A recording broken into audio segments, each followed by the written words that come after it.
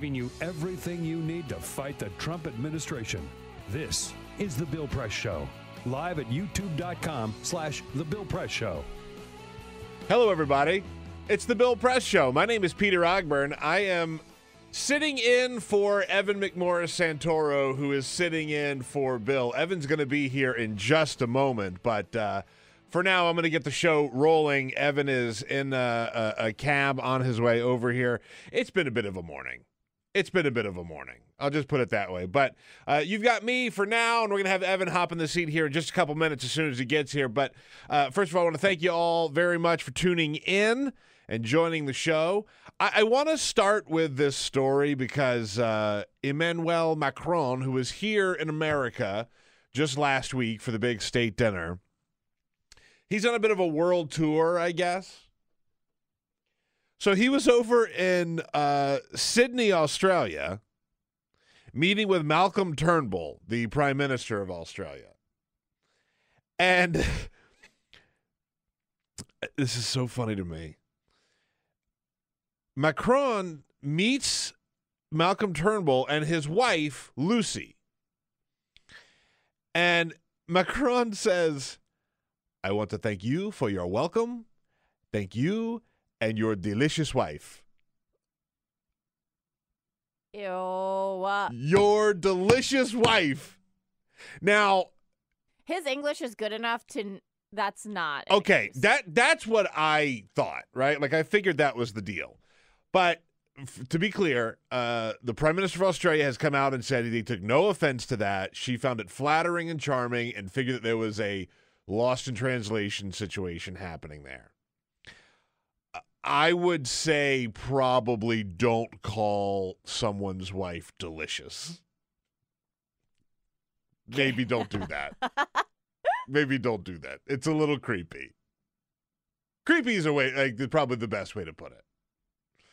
But I love it. I love that he's trying to be nice. But I agree with you. I thought his English was good enough that he would know. But they're all just sort of saying, like, whoops, that was just sort of like, it was lost in translation. He didn't really mean that in the way that, like, you would think that he would mean it. But thank you and your delicious wife. By the way, my French accent sounds kind of like Borat. I don't speak French. So that was a pitiful French accent. I can't do it. I just need to own that. I also decided that if it were Justin Trudeau, maybe it'd be okay.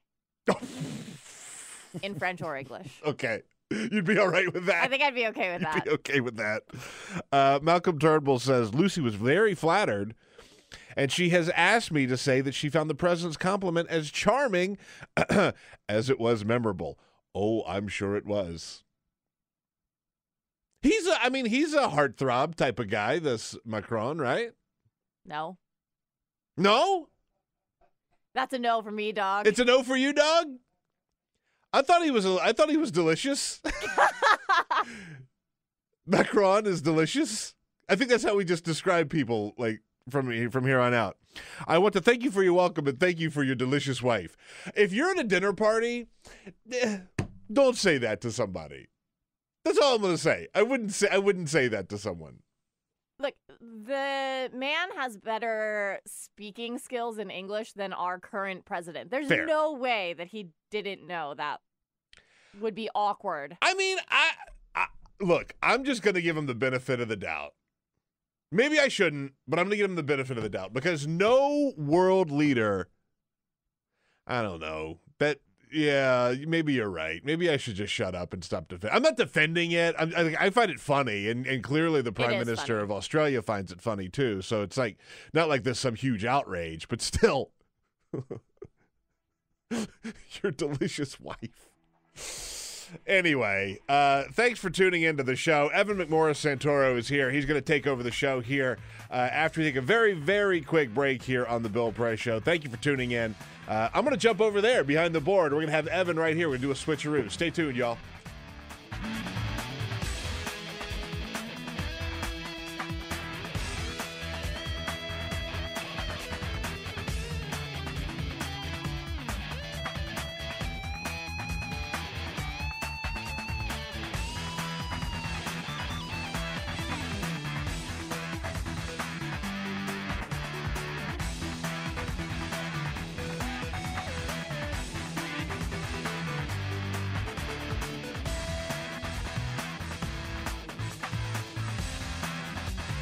This is the Bill Press Show.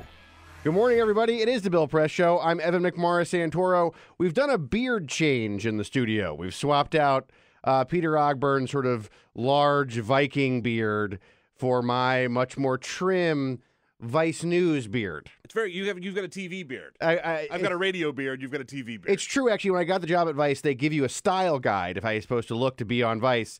And what they say is you have to be very, what they call structured. So this is as structured as I can be at 7 a.m. Good morning, everybody. I'm Evan McMorris Santoro, filling in for Bill Press. Vice News is the most punctual news network, as we are. So everybody who's up and made it where they needed to be this morning, I salute you. And I came in a little bit behind you, so it's good to see you all. I just have to say this, and I don't mean this as a knock. Bring because it. We it's love having you in. Let's do it. But there is the Evan plan. There's an Evan plan. In case of emergency, break glass, but in this case, you just leave the glass open. Yeah. In case of... The Evan plan is, I've got to prep 5 minutes of material. Well, something that happened to me was that I moved here in our city of Washington. I moved from an apartment that was about halfway closer to the studio than where I live now, and I keep forgetting that. So I get in the car, and I'm like, I'm on it. I'm doing it. It's like, oh, wait, no. Crap. That's right. So today my Lyft told me that I was going to be here at 6:59, which doesn't work for radio, folks. My show's on tape. Anyway, so listen, I heard you talking a bit about France on the way in. About Macron and all that. Yeah. Most interesting thing about that, I thought, was the fact that we learned that tree that they planted actually had to be pulled up and taken and is put into some sort of tree quarantine. Yeah. What happened?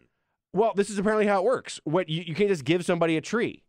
So the tree comes in. The Betsy Klein at CNN, who was a great embed on the trail in 2016 and is now like killing it at CNN, wrote this great story about how this tree is dealt with and how what you have to do is the tree comes in. Yeah, they do the ceremonial sort of planting of it, but that immediately is removed.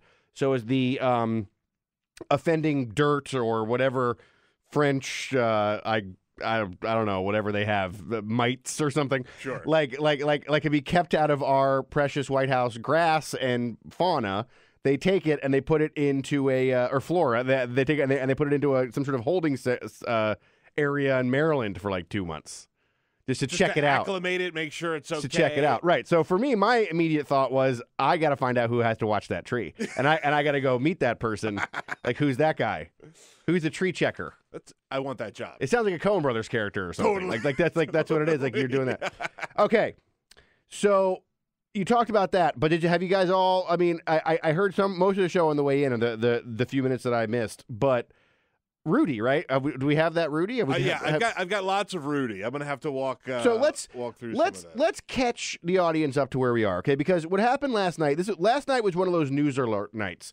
Like, we have these every now and then. They've actually been a little bit fewer lately. The White House doesn't do a lot of news in the middle of the night like they used to do. Generally, it's more the end of the news day as we get news, like 5 o'clock, 6 o'clock. But this is like I'm sitting around in my house, in my apartment that's too far away to get here on time. And I'm sitting in my apartment and I'm watching, I don't know, something else. I'm watching probably The Americans or something. And my news alerts start going off because on Sean Hannity's show, Rudy Giuliani, the former mayor of New York, who is also obviously a huge booster of President Trump's campaign, who has now joined Trump's legal team as sort of like his goal when he joined Trump's legal team, the way it was reported, he joined Trump's legal team specifically to sort of like handle some of the communication end of it, like talking about it, working with the Mueller investigators. He's a former federal prosecutor. So the idea was he's going to be able to talk to everybody really well and open some lines of communication up. So he goes on Hannity to open line of communication up, and it was immediately news alert worthy. So I don't know if do we have it? Yeah, let me play this. This is the news alert worthy part of the interview where he talks about the payment that Michael Cohen made to Stormy Daniels and whether or not Donald Trump knew and all of that. So that's right. The important backstory is just to make sure everybody knows, Michael Cohen pays Stormy Daniels, Stephanie Clifford, $130,000 to not talk about the affair that she alleges that she had with President Trump. at that time, not President Trump. And this whole time, the idea was that Cohen's like, hey, I did it on my own money. I'm a good guy. I'm a good lawyer. I cut a check. Yeah. Trump knew nothing about it. Then Rudy goes on Hannity. Yeah. And here's what he said. Having something to do with paying some Stormy Daniels woman $130,000, I mean, which is going to turn out to be perfectly legal. That money was not campaign money. Sorry, I'm giving you a fact now that you don't know. It's not campaign money. No campaign finance violation. So they funneled it through the law firm. Funneled through the law firm, and the president repaid it. Hannity. Oh, I didn't know he did. Yeah.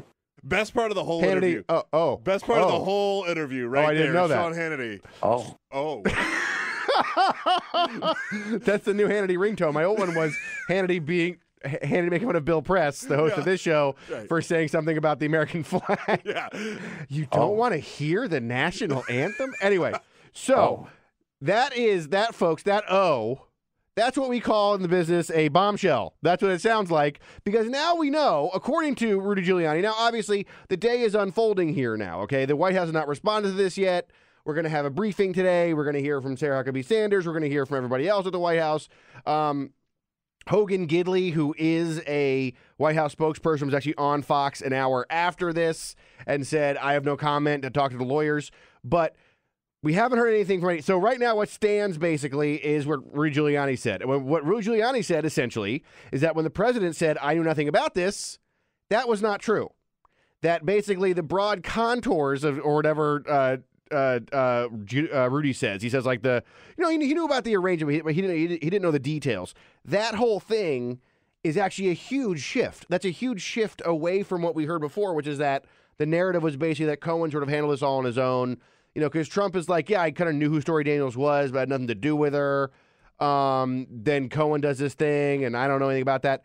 Well, it turns out, according to Rudy, that he does, which is a huge deal. I mean, I'm telling you, my phone, like everybody got a piece of this. I mean, good old NPR, which brings us alerts in about an hour after everybody else's. They came clean up like, hey, by the way, if you haven't seen the other 50 alerts, we got this.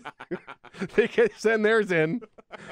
So I always know when it's huge news if I get the NPR alert, because they are very stingy with the alerts, and when they do them, they bring them in their own pace. They're nice artisanal when they finish making them.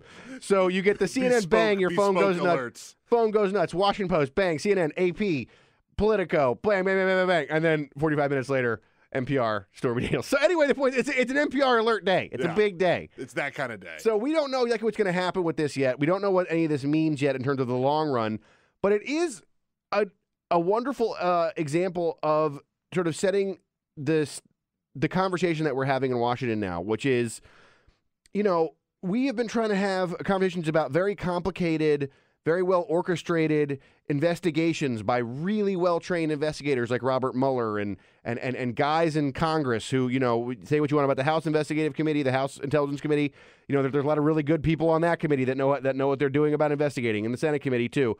And all these people are investigating this very serious, complex, convoluted effort by Russia to influence our election, and how does it work, and what does it have, and where was it? We're talking about international kind of like, mysteries tour. Go to Paris, go to London, go to Moscow, find this stuff out. And then what happens is a huge wrecking ball comes swinging in that is just like a woman who makes adult films. That says she smacked Trump on the butt with a magazine once. And now that's what we're talking about all the time. Again, and this is exactly how this has gone. That there was one conversation about this president and about investigations into this president, and then there was Stormy Daniels. And Stormy Daniels just continues to erupt, essentially. And this is another one of those moments where the president has a lot of problems in terms of investigations and facing down stuff. I mean, we saw yesterday completely reworking his legal team in a way that suggested they were more nervous about impeachment than they were before, more nervous about this investigation than they were before, going to take a new, about the Mueller investigation. And then we get the Stormy Daniels news that blows all that off the map. So it's very it's just an interesting time when you think about this president and what he's having to deal with and what we're all having to deal with having to watch it, which is that we have to wait for a slow, plodding, former FBI director with a staff of incredibly educated, like brilliant investigative lawyers to finish their giant report on Russia. And then we just have Rudy going on Hannity being like, oh, yeah, that porn star thing. We didn't really say the truth about that. So that's different. Well, let me ask you this, because Ray and I were talking about this earlier, right? Like, it's very clear now, just if you take their words at face value, what Donald Trump said and what Rudy Giuliani said, if you take those words at face value, they lied. Donald Trump lied, right? But I'm not. My point is that that's not illegal. The whole campaign stuff, that's illegal. Yeah, like the campaign cash stuff, that could very well be a real problem. Yeah, I mean, look, Rudy's saying it's his personal money. That's not. We don't know that. We don't know how that works. True. Right. But like, if essentially their story is now, oh, the president misspoke, to be generous, right? Like he misspoke or he lied about it or whatever. That's not a crime. But I will say, I want to play a couple of other audio clips because after Hannity, Laura Ingraham was on. Great. And she basically just said that the president really does have a problem here. They have the president on tape on Air Force One saying he did not know about the payment, and you'll have to ask Michael Cohen about that. Rudy just goes on with Hannity and says, oh, no, he reimbursed him. Like, well, what? First of all, they may not have thought this whole thing through. Well, I mean, if you go on Hannity, you better think it through as the attorney or the president. I don't think Emmett Flood would probably, that's why Emmett Flood's probably not going to do a lot of interviews. I love Rudy, but they better have an explanation for that. That's a problem. That's a problem. Damn. That's she a hogged problem, him. According to totally. Totally. That's it. She turned the beams on Rudy. And so then on CNN, right after the interview, they had Michael Avenatti, Stormy Daniels' great. Yeah. attorney, and he took it a step further. He said this could very well be the end of Trump's presidency. Well, I think that this shows that the president has significant potential criminal liability for felonies associated with campaign finance violations, as well as potential money laundering violations, as well as potential fraud violations relating to these law firm invoices that we've now heard about.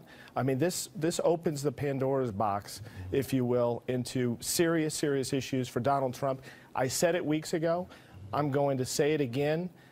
Mr. Trump will not serve out his term. No way. No how. He will be forced to ultimately resign. This is a bombshell. Well, that's Michael Avenatti. But I mean, this is the point that I'm making. I mean, it's interesting because now you have the full picture. I mean, I was kind of rambling there about it, but it is fascinating that we have this idea that this Mueller investigation, these congressional investigations into very serious things like meddling in our elections, that what ends up happening and continues to happen is that this Stormy Daniels situation just continues to take over the universe. And you can see, we know how this goes. That like by the end of the day today, there'll be a different line from people like Ingram about it probably. But this is how big a deal this was. This landed, and everybody is trying to scramble to figure out what the heck they're supposed to say about it. And this is exactly what is so fascinating to me is that this is what I don't know. It's just like. Peter, don't you think it's weird that we're having this adult film actor scandal is the one that dominates all these headlines when we're talking about Russia meddling in our elections? I mean, this is wild to me. Oh, exactly. Yeah, no, it's it's nuts. It's completely insane, and also it's like it's funny how the Stormy Daniels thing has actually stuck. Yep. Because we move on so quickly from so many of these different things, right? Whether it's the Donald Trump with the fake news and dishonest media awards, right? Like that was a whole buildup that really went nowhere, and then we just moved on. That's right. Or whether it was take your pick, right? There've been all kinds of things. Well, we had the doctor thing yesterday, which I was doctor thing. I was hoping to talk about the doctor thing today, but we're not going to. We can't even talk about the doctor thing now. Yeah, Trump's totally gone. Trump's wild-looking doctor is Dr. now mad at Trump, and Dr. now Vinny Boombots. Exactly. Trump's Dr. Nick Riviera is upset at Trump now about the way he handled his medical records and says that wild letter that this doctor put out about Trump being the healthiest man to ever run for president ever was dictated by Trump. We're not going to come back to that story. We're not going to come back to it. We've moved on. That's it, folks. If you weren't listening at 7:19, whatever, you're not going to get it again. Yeah, it's done. Now, I will say this, just so you understand how big a deal this is. WashingtonPost.com, first two top stories now. The number one is just a transcript of the Rudy Giuliani interview. And then number two is Trump repaying the Stormy Daniels money doesn't mean there were no campaign finance violations. Well. Oh. Yeah, exactly. So, I mean, look, this is so if you don't like the Stormy Daniels story, sorry about it, folks, because you're going to get it for the rest of the week. But not more. You know, as we've talked about a couple of times on the show, like it started out as sort of a salacious story that I think grabbed some headlines because people thought it was, you know, breaking news, sex sells, right?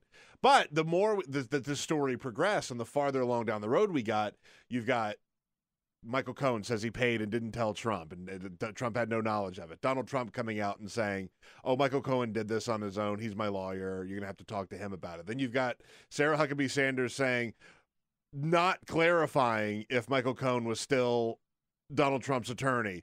Then you have the Cohen raid. Then you have the Stormy Daniels saying that there was someone that tried to intimidate her in a parking lot. And it just, every single week there's been another development in this story. And it's really not just a sex scandal story, right? Like there are some people that want to brush it. No, of course not. No. Some people that want to brush it aside and just say like, oh, this is just, you know, good for headlines or whatever. But like there's a real issue here. No, in fact, the sex scandal part is the part where it becomes sort of the least difficult story to understand because it begins, of course, with a person willing to take money to talk about an affair she had with somebody, right? So that's a different type of scenario. The story about intimidation and about and these payments and all this other stuff, and then now this, you know, tangentially the National Enquirer is being a arm of the sort of like Trump silencing engine. Like all that stuff is what's a big deal. And it just continues to keep, and that's stuff that keeps coming out. Like I think Anderson Cooper's interview with Stormy Daniels is all the sort of salaciousness you're going to get. But after that, you get the unending sort of like stream of just details about these payments and all that sort of stuff. I see that also the Washington Post has an interview with Giuliani that went up at 3:13 a.m., which I guess came after all of this, where he's saying that he's doubling down on it. He had an interview with Robert Costa, Rudy Giuliani did, and he comes on and he says he was paid by Trump's personal funds, paid out of personal funds, which, you know, covered that, possibly a few other things that, you know, would be considered incidental. It's not the kind of money you'd actually think of as a settlement or some substantial case. It'd be more of the kind of money that you would think to be used to pay for a harassment case, which is the way they always thought of this. They never thought of it as true. I don't think it's true. I'm absolutely positive it's not true. So, man, paid him, connect him. Yeah. What a just complete jumble. Well, Michael Cohen being raided, I think, you know, that's the kind of thing that leads people to sort of start changing the way they talk. Yeah. Yeah, that's a good point. Right? Because they got all this stuff. So, yeah. I mean, now we know more. that the raid part of it was directly tied to the Stormy Daniels stuff. That's right. So. That's right. Yeah, they can't just, I mean, you know, Time Magazine has a really interesting story today about how, like, the rise of the strong man. Yep. And I think Donald Trump sort of embodies that more than any other politician in the world.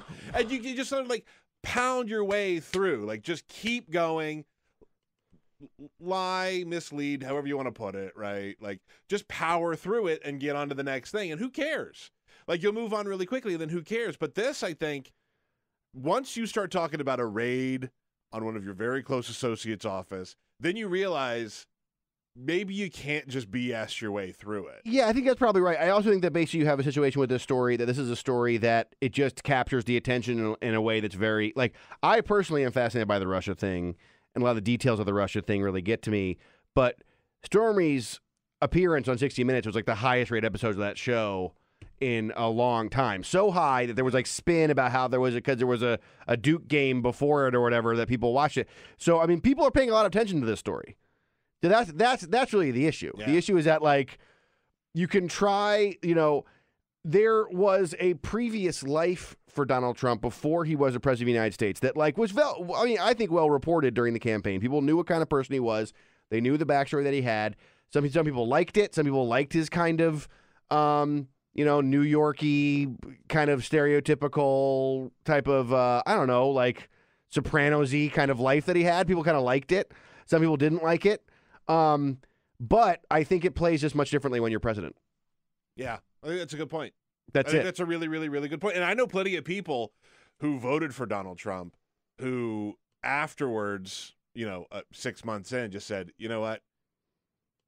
We kind of saw him as a character, and we assumed that the office would sort of influence him and it would direct him to actually take it seriously. And now it's clear that it's not. Well, we're not even having that conversation when it comes to this Stormy Daniels thing. No. We're talking about the old, like reality TV show star, right, Donald Trump. We're not even talking about any of the sort of we're talking about does that old stuff come back to haunt you eventually? Yeah. And it seems like this sort of lifestyle, which I think would have surprised nobody. This Stormy Daniels story would have surprised nobody in 2014 about Donald Trump. No. But now, as President Trump, it's one that gives people a lot of attention. People pay a lot of attention to it, and that causes him problems, especially when, you got guys like Rudy going on Hannity. Oh. My phone just went. God. I'm really radio professional today. You're nailing it. I'm nailing it. You're doing a great All job. right. So who else we got? What else we got? We got some other news. Yeah, I do want to play because, Ty Cobb Yes. hung up his cleats and is not going to be representing the president anymore. Correct. He actually spoke on the ABC News Political Powerhouse podcast, and he said this is where he sort of makes the announcement. I'm stepping aside. I've been working with the personnel people here and in discussions with the leadership, meaning the president and Chief Kelly, for several weeks on a retirement date, and we finally settled on the end of this month. But one of the interesting things that he said on this podcast, and I hope you'll all forgive the audio quality because apparently he's calling on a fax machine. Ty Cobb is sort of a. If people have seen him, he's an esoteric type throwback gentleman. I'm sure he has like an old bag of phone just for effect. Yes, exactly. But one of the things that we talked about yesterday and earlier in the week was this list of questions that Robert Mueller had for Donald Trump that was leaked out. And everybody said this clearly didn't come from the Mueller campaign or the Mueller team, that this came from somebody within the Trump White House because it was not written in legalese. It was obviously shorthand notes of these questions. So he was asked, who leaked that list? It's very difficult to see who, if anybody, benefits from the leak of that, other than people who have been trying to sabotage the possibility of an interview and or generate chaos around here. Yeah. Generate chaos around here. Yeah. Sabotage possibility. That is talking about the Mueller thing, which is the other thing, which is even bigger deal than this Stormy thing. Yeah. Totally separate deal. I mean, that Trump legal team stuff is quite fascinating. When we have Rosie in here, Rosie Gray's coming up on the show, and when she comes from The Atlantic, and who's like really smart about all this stuff and has been following all this stuff for a long time, and when she comes in, we'll talk a bit more about what some of that stuff has meant. But that interview is another one of these things where, like, here's this guy, like, he's like, oh yeah, I don't know, somebody leaked it, and they leaked this thing, and they're just trying to sow chaos or sabotage an interview with the president, or I mean, you get a sense from some of these lawyers that quit or have said no, that this is sort of like the most relieving day of their life, like when they don't take the job or they get to leave the job of doing this job, this legal team. But also, we've talked about this many times. I made a joke a couple of probably over a month ago now, where I just said, like, what lawyer is not going to work for Donald Trump, right? Because they're lawyers. They'll work for, and like now we're having a real situation where there are lawyers that don't want to work with Donald Trump. Mm-hmm. And we had a lawyer in here who was like, that is the biggest and best thing that you can do as a lawyer, is to represent the president of the United States. Sure. And these lawyers, they're not sticking around for whatever reason. Either Trump doesn't like them, or he's too much of a pain in the ass, or whatever it is. Right. I mean, look, we did a story of this for Vice about what happens in a White House when people have to get lawyers. Because, this happened in the Clinton White House back when he was doing all the impeachment stuff was happening there. All these staff had to get lawyers. All these lawyers had to come into, the thing where the lawyers had lawyers. All that stuff happened in the 90s, and people had to come in and get these lawyers. And, I talked to a guy about what it's one of these lawyers. There was a very prominent lawyer on the impeachment issue, during that era, this guy named Stan Brand.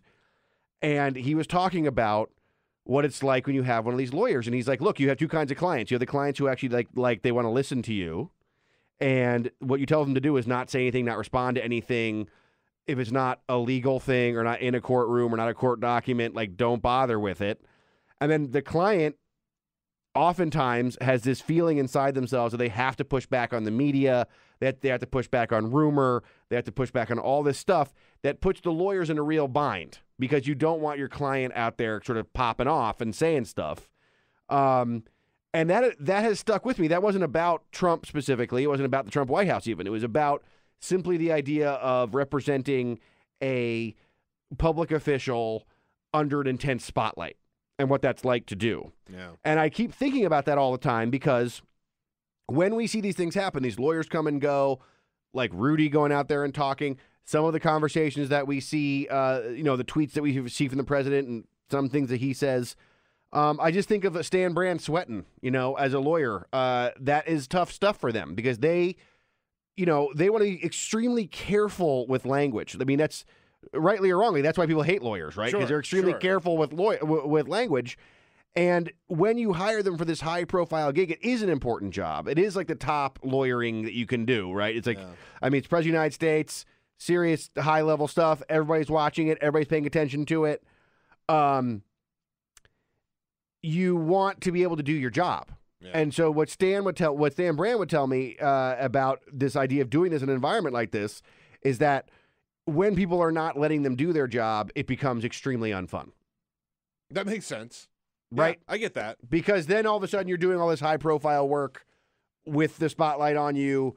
All other lawyers are watching the lawyering that you're doing, and you're being kind of like sabotaged all the time. By the way, on your point, like when we look at back at the Clinton impeachment stuff, so Ty Cobb seemed to sort of confirm that Donald Trump is bringing on Emmett Flood, who represented Bill Clinton during his impeachment trial, on that same Political Powerhouse podcast at ABC. Here he is. I haven't had any discussions with Emmett. He's a very highly regarded lawyer.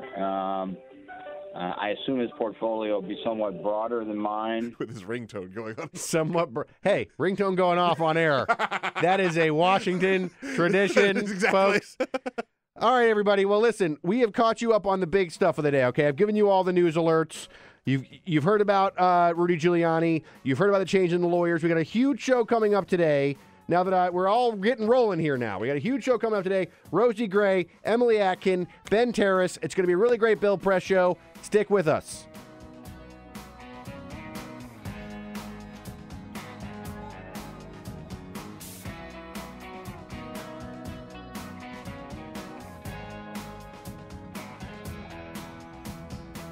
This is the Bill Press Show.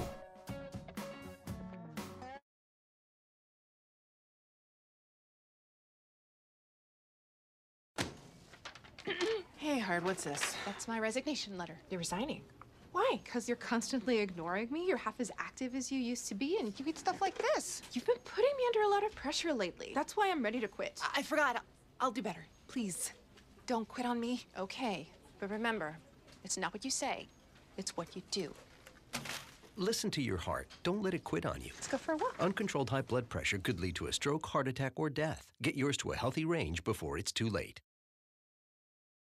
Adventure can be found anywhere, but the best place to start is in the forest. I spy something beginning with S. Snow. No. Snow-covered trees. Nothing to do with snow. Head outside to discover incredible animals and beautiful plants that come together to create an unforgettable adventure. Wow. So grab your loved ones. Don't even. And explore a world of possibilities. Come on, this way. Visit discovertheforest.org to find the closest forest or park to you. I grew up in the housing projects of Cleveland. I didn't even know that life could be any better than it was. Education for me has been a way to get away from the agony of what was normal life. I want to be able to impact the community, not just look back on where I came from, but to reach back to where I came from and pull some people up with me. My name is David, and I am your dividend.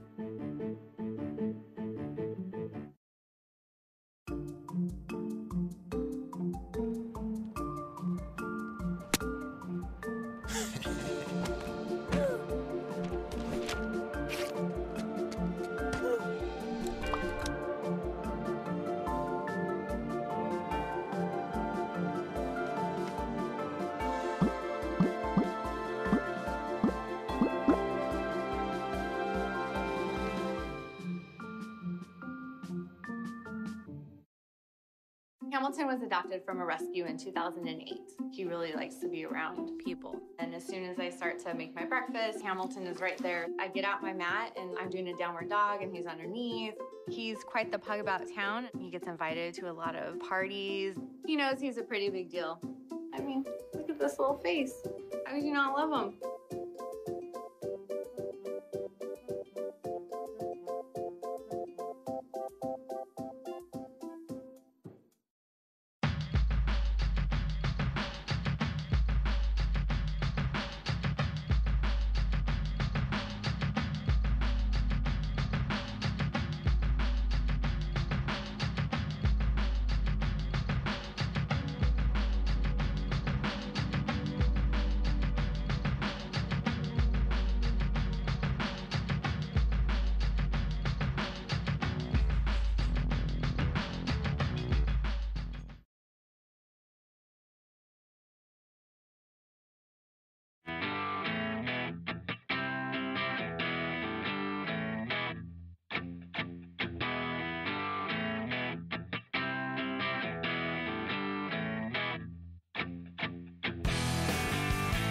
Take The Bill Press Show anywhere you go. Download our free podcast, search for The Bill Press Show on iTunes, and catch the highlights from every show.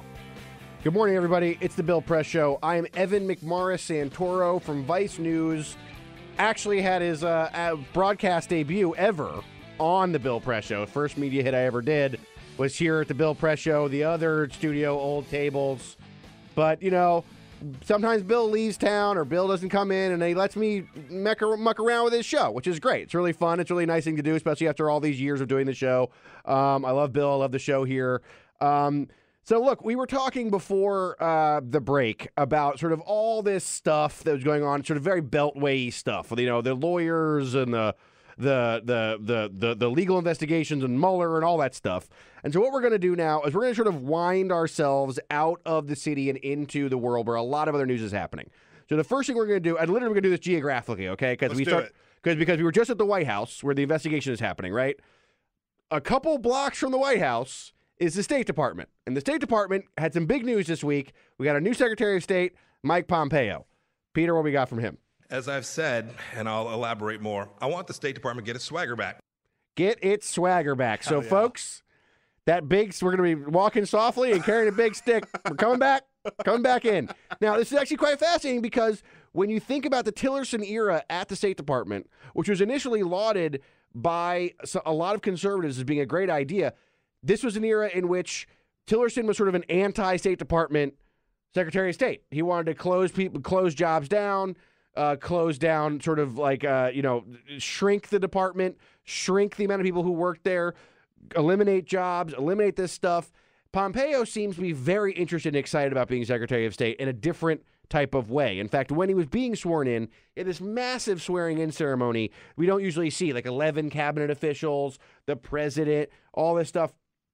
And he talks a lot about this idea that he's going to just kind of bring back a different vision of the State Department that we haven't seen before. So that's item number one. Now, from the State Department, we're going to move down the street. Okay, we're getting farther away from the White House now. We're going to move down Pennsylvania Avenue to the Justice Department, where Jeff Sessions is the Attorney General, and he was talking about something that's happening thousands of miles away. People are not going to caravan or otherwise stampede our border. We need legality and integrity in the system. People should wait their turn, ask to apply lawfully before they enter our country. So that's Jeff Sessions talking about the much vaunted caravan of undocumented immigrants who are trying to come to the United States to seek asylum. This has been not only like Fox and Friends' favorite topic, but also a favorite topic of our president and also of our Attorney General, saying that we're not going to allow this to happen. So, all right. Well, so I have one more to get to before I had built a whole bit here. Rosie's here now, but I had a whole bit I got to finish up. Then we're going to talk to Rosie really quick. Commit to the bit. So, okay, we're committed to the bit. So, all right. So, so we just did that. So now we've actually moved from the White House out of the city down to the Mexican border. We're going to go right up from the Mexican border, right into Arizona, where teachers are still on strike. I could be home, but I'm not. I'd much rather be in my cozy bed ready for school tomorrow morning, but I'm here, and I will be until this is over. That's Natalie Schuler, a teacher in Arizona who is on strike, and a surprisingly good rendition of the White Stripes by a marching band in the background. Pretty solid marching band So, rendition. if you're in Arizona right now, you're not in school, but you can really catch some sweet White Stripes covers. I don't know why I just picture Seymour Skinner, like, at this event, like, demanding the band play something that the kids will love. A big rock hit from 7 years ago. My thing is, like, I don't think you should be able to play the White Stripes while wearing, like, those hats and things. Right. That's the thing about this. Anyway, all right. So that's letting you know that, like, this is not going to be a show just about Rudy Giuliani and Sean Hannity. There's a lot more to talk about, and the country is having a lot of conversation in this country about a lot of things. Immigration is still happening, a very huge part of this conversation. That's what Jeff Sessions was talking about. This teacher strike is a part of a national movement to try and change the way we think about education in this country, and that's happening everywhere, including states like Arizona, very conservative states like Arizona. And obviously, you know, foreign policy is a huge deal right now, and we've made big changes in that and the way our country deals with that this very week. So I just wanted to let sure you guys at home knew that we are paying attention to everything else and not just the things that happened on Fox News last night at 9 o'clock. But moving on from that, Rosie Gray from The Atlantic is here. How are you? I'm good. How are you? Good. Did you say that it's not going to be a show about Rudy Giuliani? Well, and Sean no, Hannity? actually, we do have the clip. We will play the clip again. Yeah. So that's not what I signed up for. So. No, it is. So is this crazy? Like this was so Rosie Gray. You work at The Atlantic. I do. You cover a bunch of different stuff at The Atlantic, but you also you cover like a lot of the Trump world type of stuff. You cover a lot of the alt-right type of stuff. You've done a lot of foreign stuff before as well. You're like perfect person for her to have on a day like today. Well, I'm glad to be here. So, give me your take, because like we're gonna have to go back to Rudy and Sean Hannity a little bit. Can I get a? Yeah. Can I get a no? You please? want to play the whole clip or just the best part of it? Because just give me the best part of it again. Yeah, Sean Hannity's reaction to Rudy's comments was just Oh. So we've been playing that all day, Yeah. which is that's Hannity. It's like as Rudy says, yeah, we paid for it. Yeah, Trump knew about it. He goes, oh. Yeah, they don't teach you that in broadcasting school, right? Like when you are given a big piece of news, you react immediately by just looking with a blank face at the camera and just saying, "Oh, yeah." That's how that works. That's all how right. that works. So, Rosie, what is your take on what happened last night? Because we played Laura Ingraham being like, "This is really bad. This is really bad. I don't know what's happening. Trump is now. You're saying that Trump lied on a plane when he said that he didn't know about this payment. Now he does. What's happening? Like, what's going on?" Well, it seems like, I mean, the widely held interpretation is that Rudy messed up, right? And then like immediately did damage control right afterwards by calling a bunch of reporters and saying that it had been planned with Trump in advance. Because they were going to plan to say, his story is that they were planning to say that it was not a campaign finance violation. And so they planned this reveal in advance. So this was the post Hannity thing was Rudy getting on the phone with a bunch of people and saying that this was not actually a weird thing. Yeah, like Bob Costa from the Washington Post was tweeting last night that he'd talked to Rudy and that Rudy had said, "Oh, don't worry, like I'm not going to get fired. This was planned out. We planned to do this." And well, I mean, look, it does make sense. But the thing is, the president said himself that he didn't know about it. So it directly contradicts. It doesn't matter if I almost feel like, the campaign finance thing is at this point.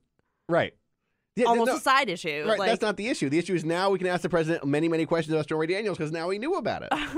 Yeah. As opposed to before when he didn't know about it.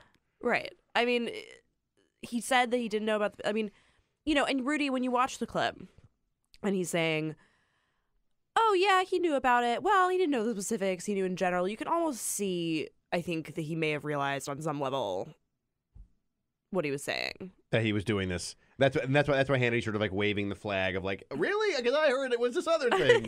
Yeah. Aren't you sure?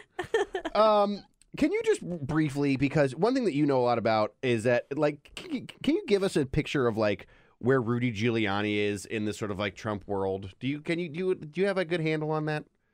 I mean, he's another one of those guys who, before Trump ran for president, had kind of, had kind of gone off into the mists of time. He was not like that much of a relevant figure before Trump made him relevant again, right? Newt Gingrich is like another example of somebody like that. And Giuliani, he's been sort of like at the margins of this Mueller story, basically commenting sort of from afar, but now he's been brought in to actually be Trump's lawyer. But he's kind of also sort of like a real true believer, right? Like even guys like Gingrich have at times said, I don't know about this thing that Trump's done. I don't know about that thing that Trump's done. But Rudy's sort of like on board, well, right? Giuliani's one of these New York guys who's known Trump for a really long time. Right. And so he's sort of like, the president bringing someone like him into the legal team is giving someone that the president definitely trusts pretty much and knows pretty well into the inner orbit of this thing. Right. I mean, it's familiar territory for Trump. Like he feels comfortable, So it's not impossible to believe an idea that like maybe he was supposed to say that on Hannity. Because I mean, if you assume Trump and Rudy would have talked, right? I don't know. I don't know. I don't know what the real truth is there. Of course, yeah. Or if we're ever going to know it. So Right. So what's the fallout now? So what happens now, do you think, after this? So now this has happened. Rudy's on his round of phone calls saying, I didn't screw up here. I did the exact right thing. We also saw, like I was saying earlier, we saw Hogan Gidley was on the White House press secretary, like sort of below, not press secretary, the deputy press secretary, was on Fox like an hour after Rudy and just sort of like decided to punt on this whole thing. He was like, look, you have to talk to lawyers. I don't know anything about this. This is legal case stuff. This is lawyer stuff. This is not White House stuff. Do you think that line's going to work out for the White House today? Well, I mean, I assume that the press briefing will be full of questions about this. I agree with that. So they're going to have to eventually come up with something to say about it. They can't keep referring to the president's outside counsel, who is Rudy Giuliani. Right. Yeah. Now it's actually Rudy, and Rudy's now actually talked. But yeah, I mean, this opens up a lot of questions about like what he knew about the Stormy Daniels thing, what he may have known about other stuff that they said that he didn't know anything about. I mean, to me, it's funny because we now know so much more about the relationship between this president and Sean Hannity, this president and, how closely those two are aligned, how much they talk, how often they connect. And the idea of Rudy going on Sean Hannity's show is about like the idea, if you're a Trump supporter, the idea of Rudy Giuliani going on Sean Hannity's show seems like the newslessest thing conceivable. This is like people who like Trump on a show that loves Trump, right? At the same time, two people talking about Trump, two guys that they like, they both talk on the phone all the time, and yet somehow that moment has created a news thing that we're going to be talking about for probably days and days now. A lot of people were making the point, and I agree with this, that, the most dangerous thing for somebody who's, potentially going to make news when they go on TV is to be in a setting where they're with an interviewer that's like that they're too comfortable with, that that's going to give them too much of a softball interview where they just sort of, I mean, if you look at Rudy's body language in that interview, he looks like he's in his living room. Right. I thought the same thing. The Hannity set is like, he's got, he's like this, he's like that. Like, it's just. They're at like Morton's Steakhouse bar or something. Yeah. I mean, just like you could tell he's just fully like, it's like just chatting with a friend, basically. Right. It's like, Sean, and let me that's tell you. dangerous because you're not being careful about what you're saying. Exactly. You did Hannity once, didn't you? I did do Hannity once. Well, how was it? It was fun. It was fun, right? Yeah. You did really well on it. We were debating the alt-right. Yeah, that was amazing. He challenged you on Twitter. This is a complete awesome story. He challenges you. You said something. He challenges you on Twitter. You're like, yeah, I'll go on your show, and you went on. Yeah, and it was like cool. I think it was kind of respectful to you. You guys had a pretty good. No, he was respectful to me. Like I think he it was not like it. I think he knew that the optics of like sort of like destroying young female BuzzFeed reporter at the time was like maybe not. So but he was totally nice and respectful to me. But also but you understood a lot about how the show works. You went on, you said to him right at the beginning, you were like, look, I know what you do here with this, like, well, because he was like, okay, so you're a liberal, and I was like, I don't talk like I don't talk about my politics. Right. But you don't. And actually, if anybody ever reads your work, like, you're just a good political reporter. Yeah, I mean, like, I've never been, like, a partisan reporter, so. You know what's funny is that actually people think that there's a lot more of that. This is, like, a whole tangent, but people think there's a lot more of that than there really is. Like, most reporters are just people who want to, like, have really good stories. Like, the that's agenda, my thing. the bias in political reporting is towards like conflict, basically. Yeah, click, click, click, click, click, click, click. Right, Tweet, like it's towards tweet me, drama. please. The bias is towards drama. Yeah, it's not towards any side. Exactly. Well, there's that. It's not towards any side really, and also there's the thing where the cynicism is so strong among our types that like generally it's like the idea of like caring about anyone that it's like difficult to imagine. Anyways, excuse me. So, what else are you working on these days? What are you doing? What are you into? What's happening in the world of the Atlantic and what you're covering and things? Well, I mean, we're sort of covering what everybody else is covering. I'm working on a couple longer things that I don't want to talk about right now. Fair enough. But I want to talk to you about this idea because I feel like the intersection of sort of some of the foreign policy stuff that the Trump world has been into and also some of this sort of political alt-right world that has come around seems to be sort of like embodied in this Mike Pompeo situation where he's now at the State Department. Very, very conservative guy. We played the clip of him talking about bringing the swagger back to the State Department. You've done a little bit of work about about foreign policy in this president. What do you think Pompeo's term is going to mean for what's going to change now that he's the State Department? I mean, I think he's just going to be much more, sort of visible than Rex Tillerson was. Tillerson was this sort of like weird non-presence in a way at the State Department. Pompeo is someone who's very ideological. And I think that that's going to be sort of brought to bear on state. I mean, one thing to keep in mind is that a lot of like top positions at the State Department have still been sort of left unfilled basically this whole time. So that's going to be something that's like going to be a challenge for him. Do we have a sense at all whether or not, I mean, I don't know if we know this yet. Is he a kind of guy that wants to fill those, or does he want to stick with this Tillerson model of leaving a lot of these things unfilled? I mean, it felt like Tillerson want to like literally shrink the State Department down. Is that something that Tillerson wanted to do agenda? This like reducing it by a certain percentage, the workforce there. Right. I don't know what Pompeo's plan is for staffing there. I think it'll be very interesting to see who he puts in certain positions. I wrote a story a couple weeks ago about how like the sort of Republican foreign policy establishment, which tends to be very hawkish, and includes like the sort of remnants of the neoconservative movement.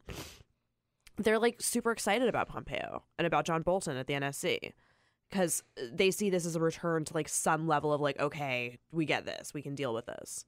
Some kind of like the neoconservative sort of Bush era thinking about foreign policy. Yeah. Yeah.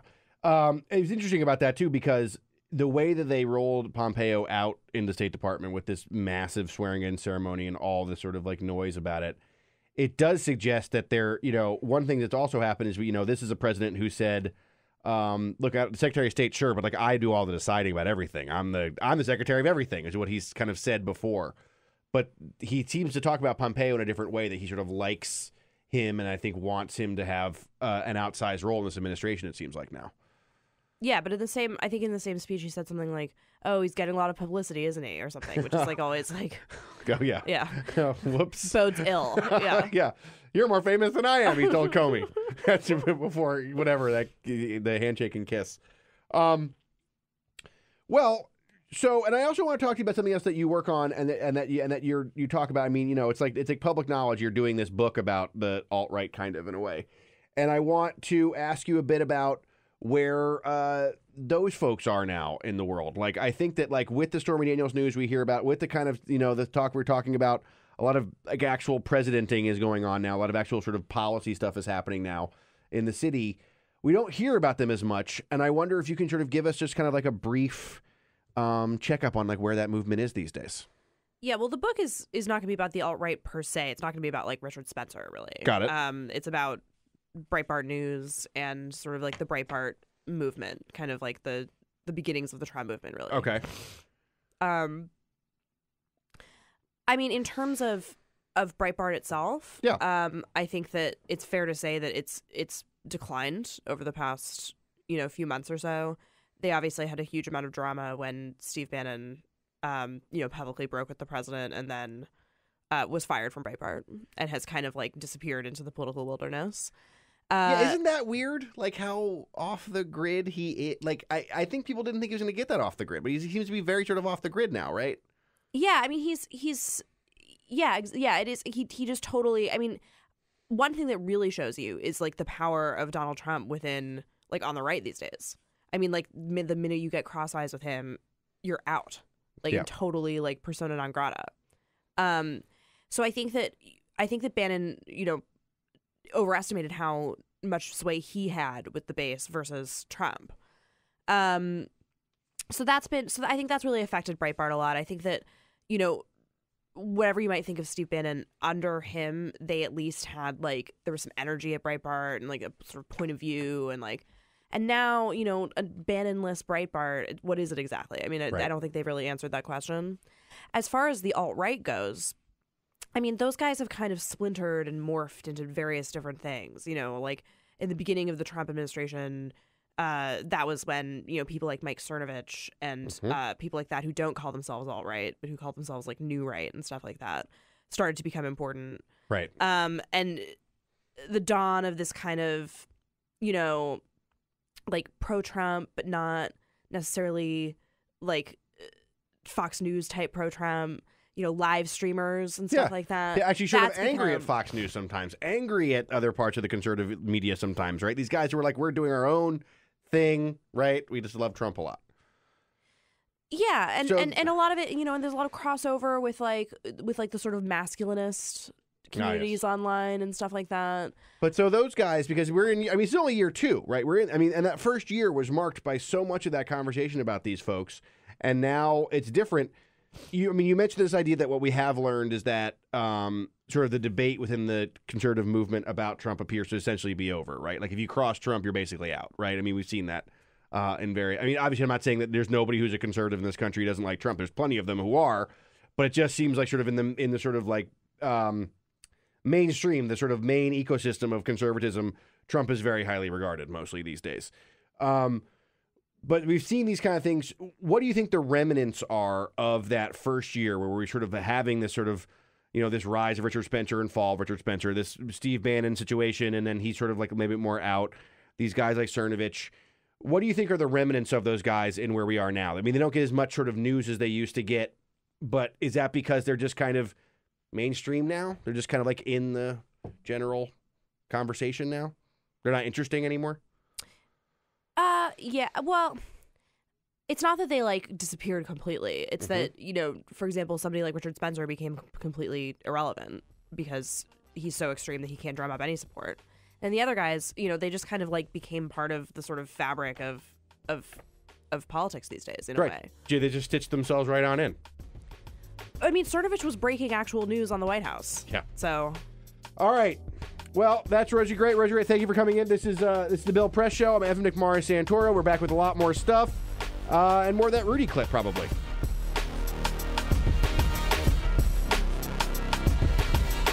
This is the Bill Press Show.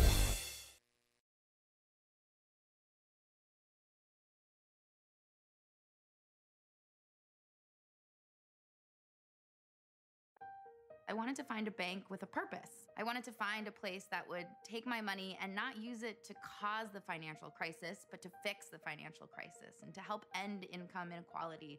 The people that we employ are usually clients right off the streets. They don't have an account, but Amalgamated is willing to get that started for them.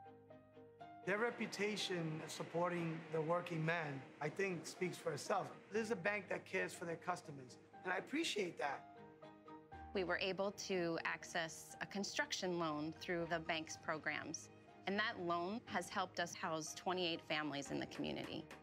Amalgamated is a bank that was started for and about working people. Many of our customers have a deep commitment to advocating for social and economic justice. We share that commitment, and we're not afraid to stand up and say that we need to change some of the way that the country does business.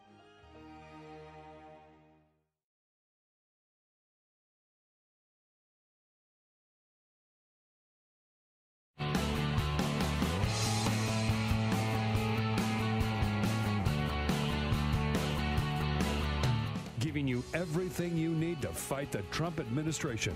This is The Bill Press Show. Live at youtube.com/The Bill Press Show. Good morning, folks. It is hour 2 of The Bill Press Show. I am Evan McMorris Santoro of Vice News, filling in for Bill. You can catch me every night on HBO at 7:30 p.m. Eastern Time. If you don't have HBO, you should get it. If you don't want to get it, you can get a login from someone that you know, and you can log in and watch all the great stuff we do on Vice News tonight. We just had a great first hour involving all this Rudy Giuliani stuff that we're going to talk about more later, too. And we have a lot of great guests coming in this hour, including Emily Atkin, talking about science and environment. She's from the New Republic, and Ben Terris, who is just, I think, one of the best writers covering Washington today. But first...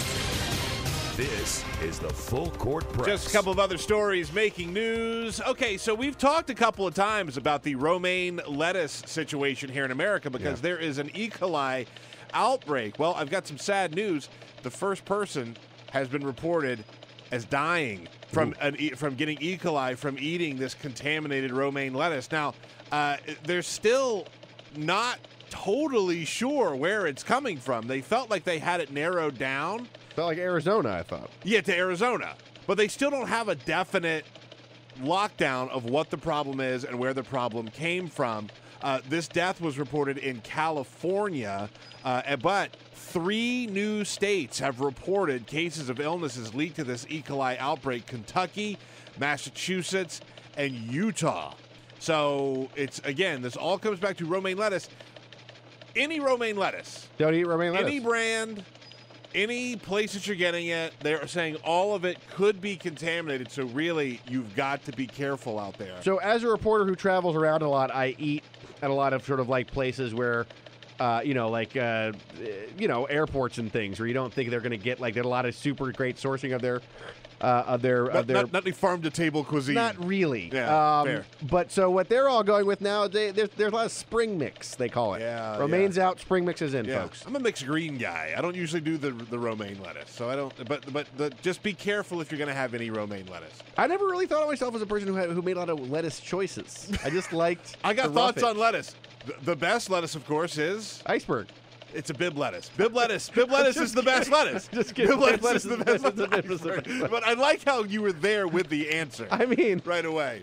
If anybody's taking Amtrak between Philadelphia and Washington, D.C., folks, you're going to have a little bit of a problem. A freight train derailed yesterday, so Amtrak has suspended service between Philadelphia and Washington. This happened yesterday after 2 freight cars overturned under Interstate 95 in Pennsylvania, and so they just had to shut it down. They have to clean up the mess. They have to fix the whole problem, and so everything is shut down. Trains, folks. It's not going so well these days. Not so well.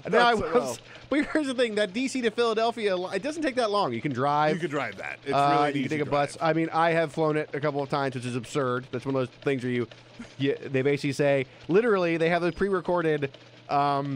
To prepare for flight, do this. Then you get up, and then they go to prepare for landing. Like immediately afterwards. It honestly would probably take shorter to drive to Philadelphia from D.C. than to fly. I don't know. Counting in like getting in early and all that crap. Well, they couldn't go from the airport to where you want to go. Anyway, the point is, the freight. There's a freight train in the way.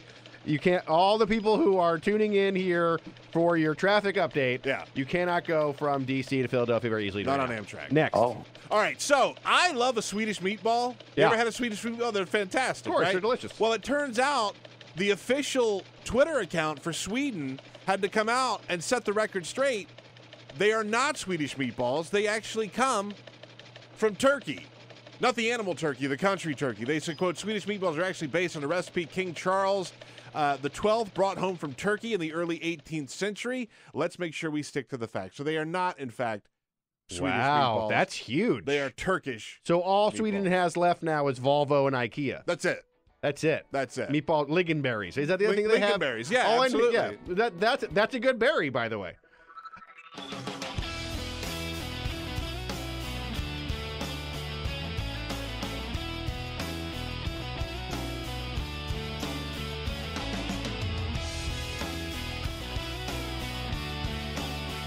This is the Bill Press Show.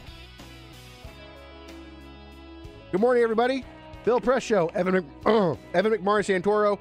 Guys, it is allergy season in Washington, and I never used to have them, but now I'm like the king of allergies. I'm Flonased. I'm every kind of. I don't think I did it this morning. Maybe that's what it is. Anyway, the point is, congratulations for those of you who are listening on radio for how well it will sound for you as I just deal with the pollen and the noises and the just all the wonderful sounds. The other day I was sitting at home and I was sitting home by myself and I was like, what is that weird sound? What is going on in my apartment? What's wrong with this? What's that weird sound?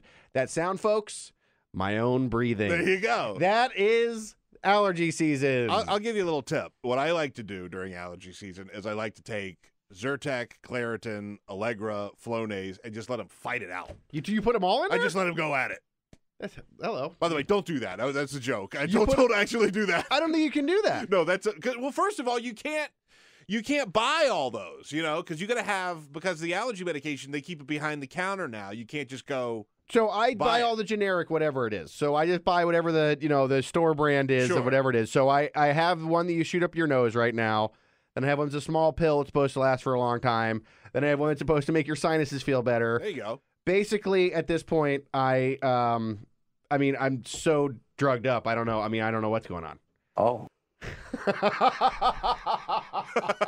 I'm on all the same meds. Emily Atkin.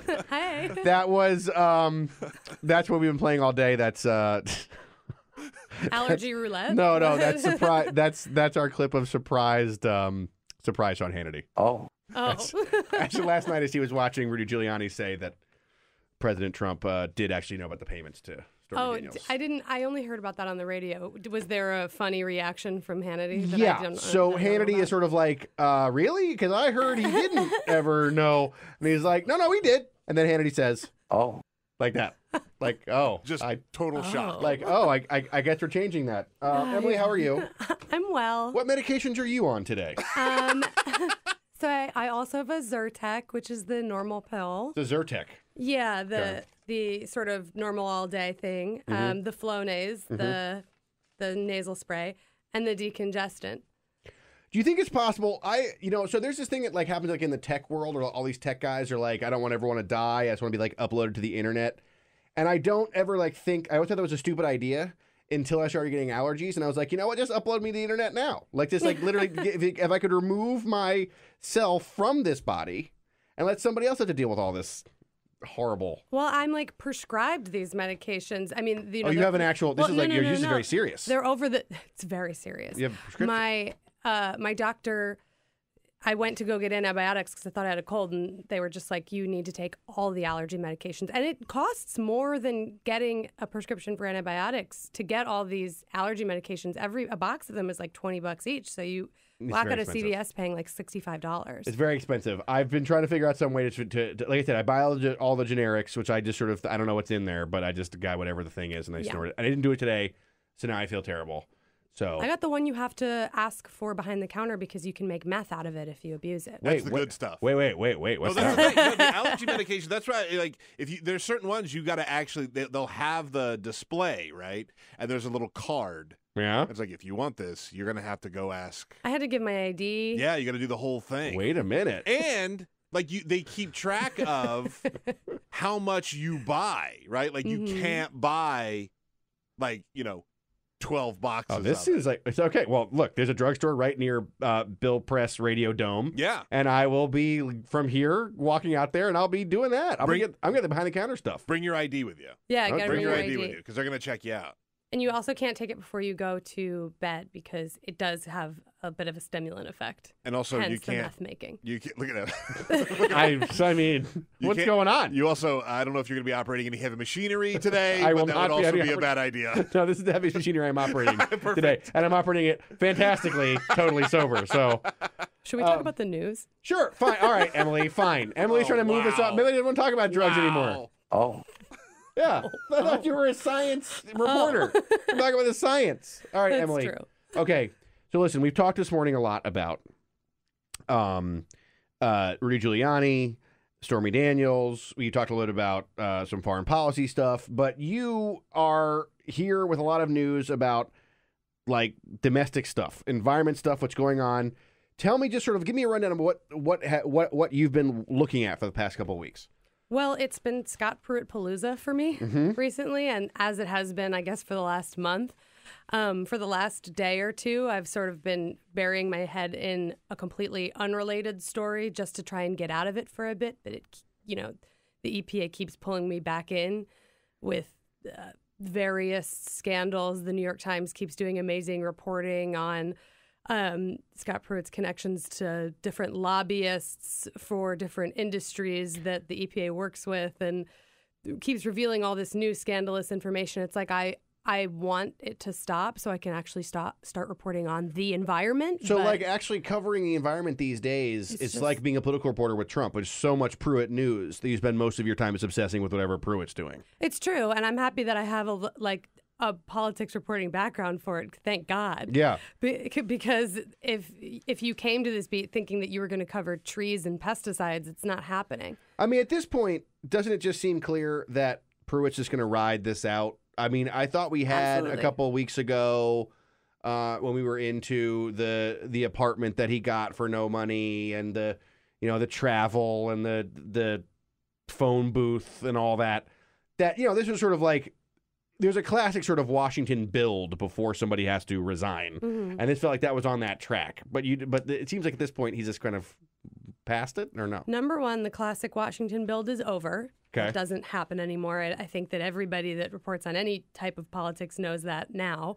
Nothing goes the way it traditionally goes. Mm-hmm. Number two, I've been arguing this from the beginning, is that I don't think that Scott Pruitt is in any trouble with Trump until he's in trouble with Trump's base. And Trump's base still really likes Scott Pruitt. After, all the first sort of wave of scandals and the lobbyist landlord with the condo and the excessive spending on security and travel came out, Trump went to West Virginia and he did, one of his weekend rallies there. And he comes back on the plane afterwards and he says, I just talked to everyone in West Virginia and they love Scott Pruitt. They've just been saying that they think he's doing such a great job. And so I don't think that until Pruitt becomes a political liability for Trump that he's ever going to go anywhere. He still has the support of everyone that really matters, and that's the fossil fuel industry, the chemical industry, and the coal state voters in Ohio, West Virginia, and Pennsylvania. So he has the power that he has. What is he actually doing with it? Because we don't talk a lot about that. We talk mostly about the sort of perks that he's getting and sort of allergies, potentially misusing some of that power that he's given, or just opportunities to have stuff as being a high level Washington official. What's he actually doing? I'd say he's doing two large overarching things. One is dismantling and changing the way that science can be used at the EPA to create and justify regulations, and the other one is taking away regulations or weakening regulations or delaying regulations. So sort of weakening those regulations and then putting up barriers into creating new ones by changing the way that you're allowed to use science. So that's the broad way to describe it. And what has the impact of that been in terms of, like, at this point, are we seeing the impacts of that on, I don't know, the way the government is reacting towards the climate, towards the environment? Not totally, because for so many of the regulations that Scott Pruitt is trying to weaken, he's trying to repeal the Clean Power Plan, WOTUS, the Waters of the United States rule. That's a clean water law that protects little streams and sort of little tributaries, puts those under federal protections.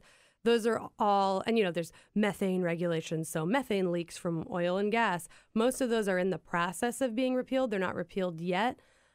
So a lot of industries aren't certain whether or not they have to comply or don't, because they're being the process are being challenged in the court, and so a lot of places are still a lot of industries are still complying with regulations, but some aren't. For methane, for example, Pruitt just put an indefinite delay on that regulation for leak methane from oil and gas wells, right? So that means that they don't have to put up monitoring. Companies don't have to put up monitoring equipment and stuff like that. Okay. It's sort of there are little effects here and there, but you wouldn't feel them unless you lived next to an oil and gas well. You and I don't have to worry about that. We're affluent white people living in an urban area, but Mm-hmm. it would normally be, I mean, probably, low-income Latino farming families are probably feeling the effects of some of this. So right now it's a good time to be a lawyer because there's a lot of legal cases going on. Oh, yeah. But also there is, I mean, this is the thing about a guy like Scott Pruitt. He has a lot of levers that he can move around and make things actually happen. Things are actually happening. You have a story here about taking credit for Obama's work, which is not what we would think was Scott Pruitt. Scott Pruitt taking credit for Obama's work is the headline, which I would not think of. That would think that whatever that Scott Pruitt's main deal would be like whatever Obama did, I'm going to undo. Yeah, you read the headline and you're like, are you sure, Emily? No, I was sure because I know it's you and you're a very good reporter. But I was like, I did not know that, Emily, is actually what I said. I was. Don't assign the skepticism to me just because I need some drugs. Right. Well, Scott Pruitt needs he needs to prove that he's still protecting the environment while he does all these things to deregulate the environment. Got it. Right.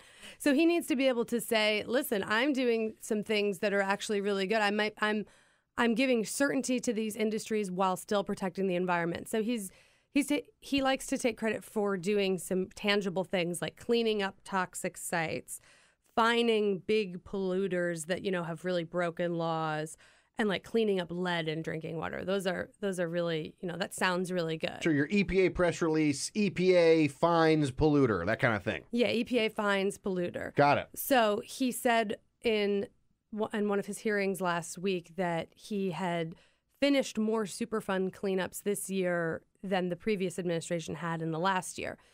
And the AP found that was technically true, but finishing a cleanup is the result of years and years of work, and basically taking it off the list of toxic sites is just an administrative step after years and years of work. You just sort of sign the dotted line. And that's what Pruitt's talking about. He's like, we've cleaned up more sites this year than last year. And it's like, actually, you didn't clean up those sites. Those sites were cleaned up under the Obama administration.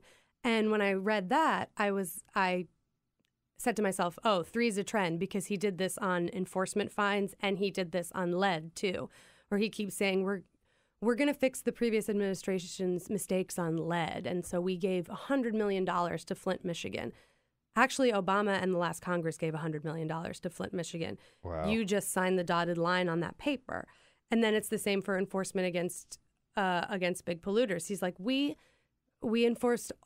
collected all these fines from these big polluters. And it's like those legal cases were done, again, it's just signing the dotted line. The majority of those legal cases were started and litigated by the attorneys in Obama's EPA enforcement office. Cynthia Giles, who was Obama's EPA enforcement chief, is just so mad about this. She does her own spreadsheets of all of the cases that she worked on, and she'll send them over to New York Times reporters. She sent them to me. And she'll just be like, do you see this? You see all the money and you can trace it to when the case started. Do you see who started it?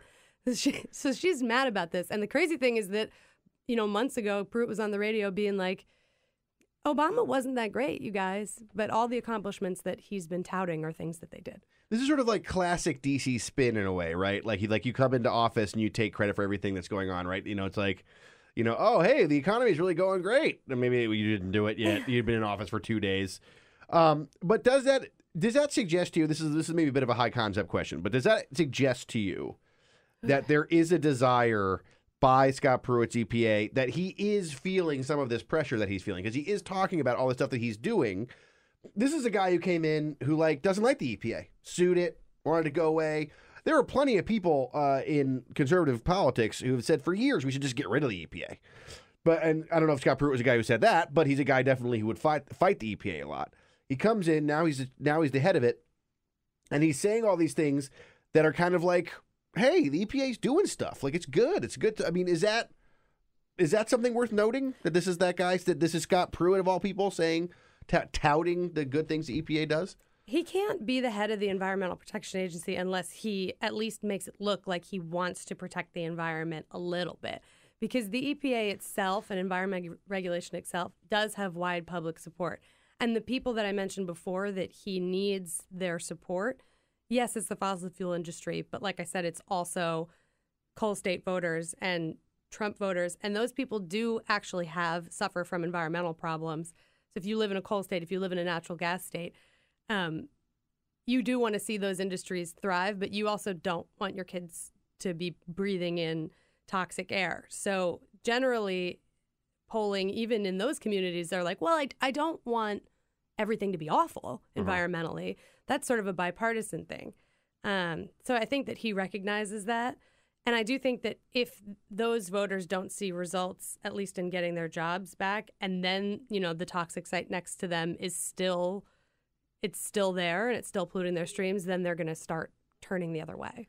And I want to ask you a quick question sort of about, and I'm not sure how much anybody knows about this, but this notion of this paranoia that Scott Pruitt seems to have, that is the leading cause of this desire to have this, very large security contingent and the private phone booth.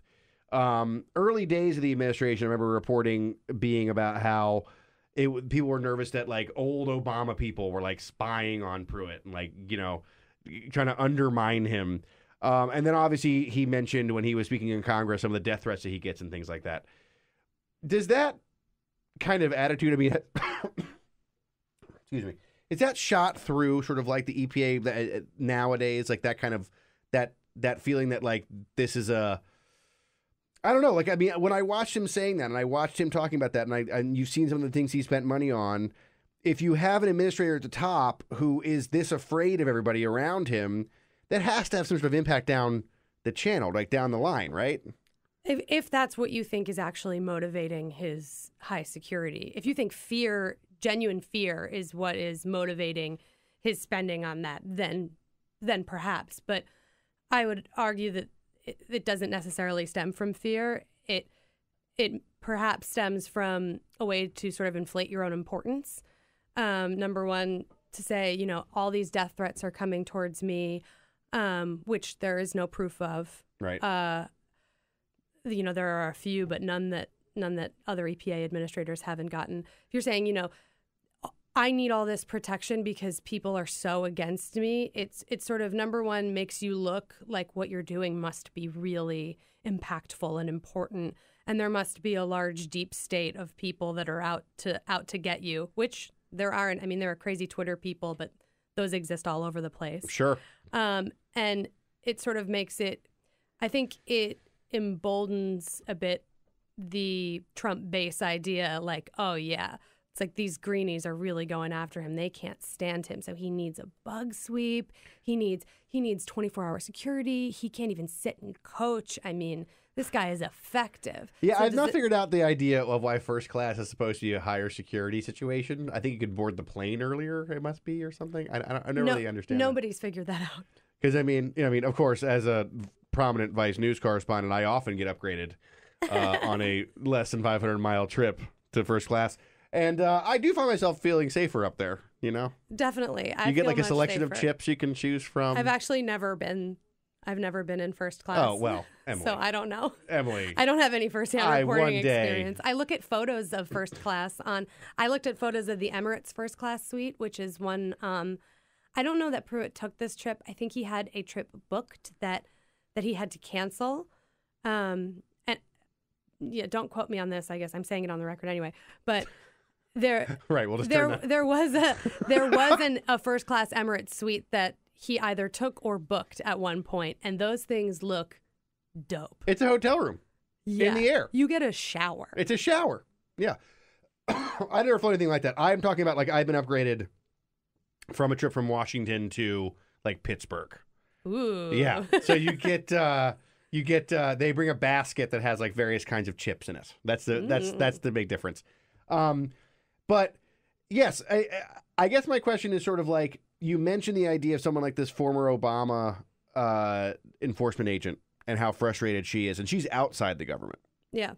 People who are working for Scott Pruitt inside the government, that frustration must be, is it higher? Is it lower? I mean, I don't know. Like, are there a lot of people who are, I know there are a lot of people who are excited about what Scott Pruitt is doing, but I imagine inside the EPA that excitement is not.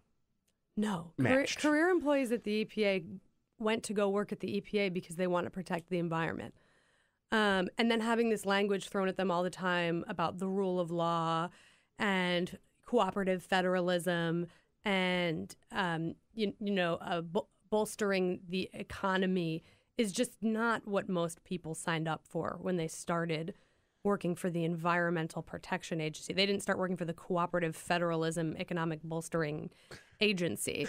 I have a friend who used to be a climate scientist at the EPA and left right before Trump got elected because he just knew that this was not going to be a good call. And, he still has friends that are in the EPA, and it's just an SHIT show. I mean, there was a protest outside the EPA recently. So what are they waiting for? I mean, people are there. We talked about the idea of Scott Pruitt, his actions already having impact. If Scott Pruitt gets replaced, somebody else comes in, those career guys, are they just like ready to roll things back to the way they were before Pruitt was there? Yes. All right. So what should we be looking for in this? I mean, we talked about the idea that Pruitt seems to have sort of weathered this storm of scandal that he had. And by the way, it was objectively legit a lot of scandal. We're talking about lobbyist ties, free stuff, wasting government money, legit. Legit. And there were legit accusations of corruption that could make him vulnerable to prosecution under federal bribery laws.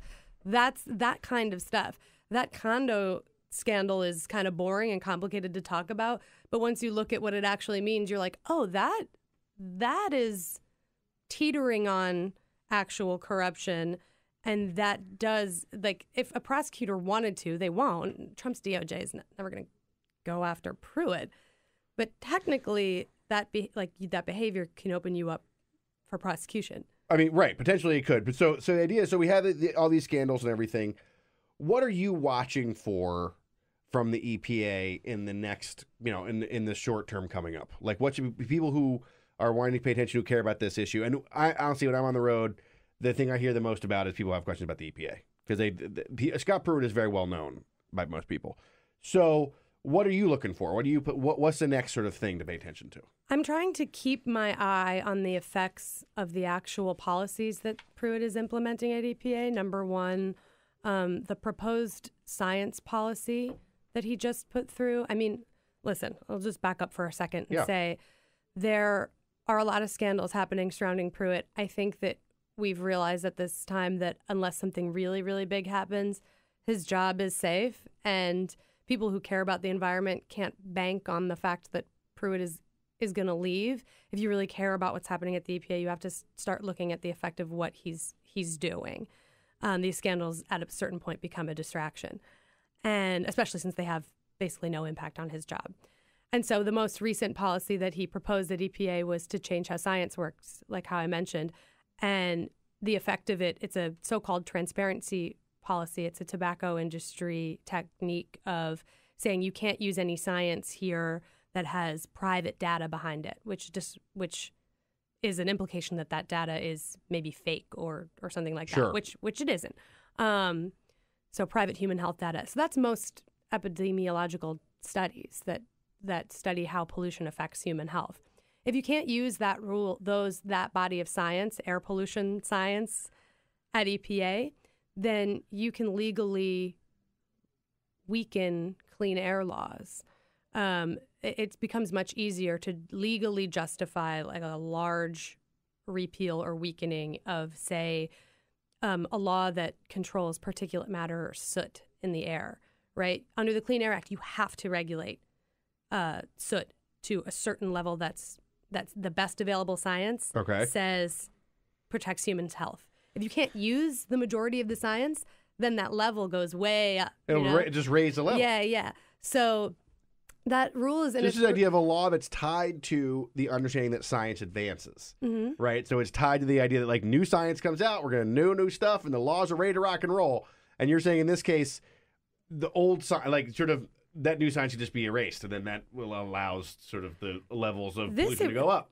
Yes. That's remarkable. And this also erases old science, super old, the basis for all of our knowledge science. There's a study called the Harvard Six Cities study, which is the basis for almost all of our knowledge on air pollution science and how particulate matter can cause premature death.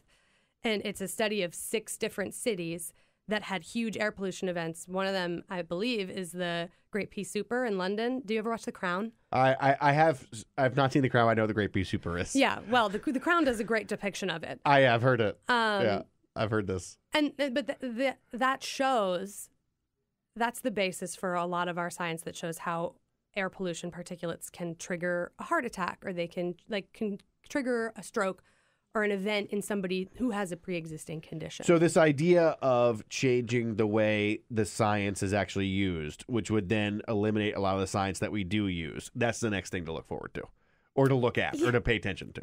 Yes, I would say pay attention to how this rule gets implemented and how it's used, because I think this rule will really be the way that Scott Pruitt does or does not get away with actually repealing regulations. Well, hopefully a lot of Zyrtec will prevent this particulate matter from getting in me.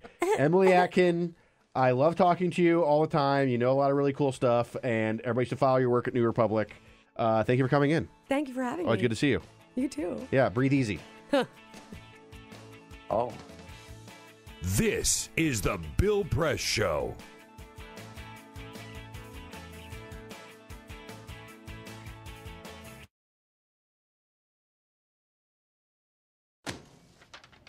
Hey, Hard, what's this? That's my resignation letter. You're resigning. Why? Because you're constantly ignoring me. You're half as active as you used to be, and you eat stuff like this. You've been putting me under a lot of pressure lately. That's why I'm ready to quit. I forgot. I'll do better. Please, don't quit on me. Okay, but remember, it's not what you say, it's what you do.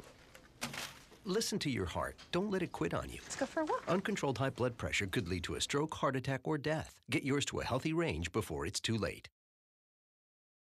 Adventure can be found anywhere, but the best place to start is in the forest. I spy something beginning with S. Snow? No. Snow-covered trees? Nothing to do with snow. Head outside to discover incredible animals and beautiful plants that come together to create an unforgettable adventure. Wow. So grab your loved ones. Don't even. And explore a world of possibilities. Come on, this way. Visit discovertheforest.org to find the closest forest or park to you.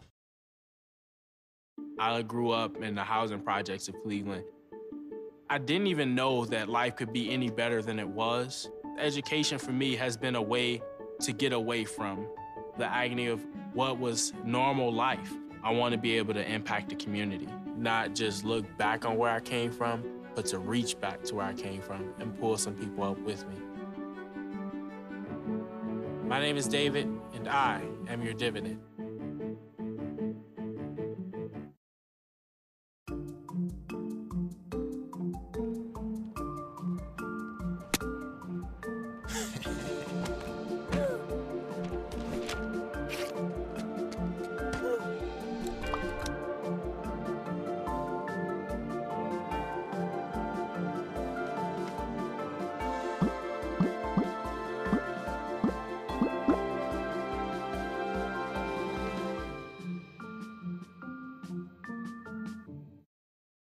Hamilton was adopted from a rescue in 2008. He really likes to be around people. And as soon as I start to make my breakfast, Hamilton is right there. I get out my mat and I'm doing a downward dog and he's underneath. He's quite the pug about town. He gets invited to a lot of parties. He knows he's a pretty big deal. I mean, look at this little face. How could you not love him?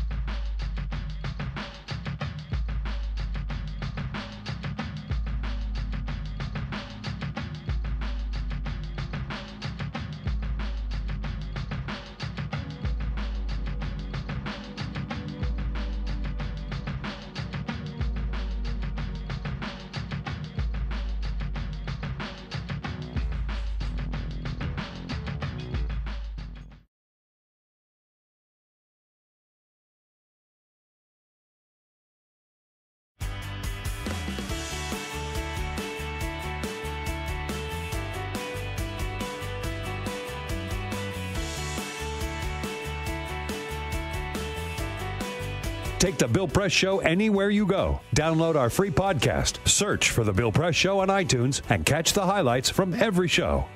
Good morning, folks. We are in the home stretch of the Bill Press Show.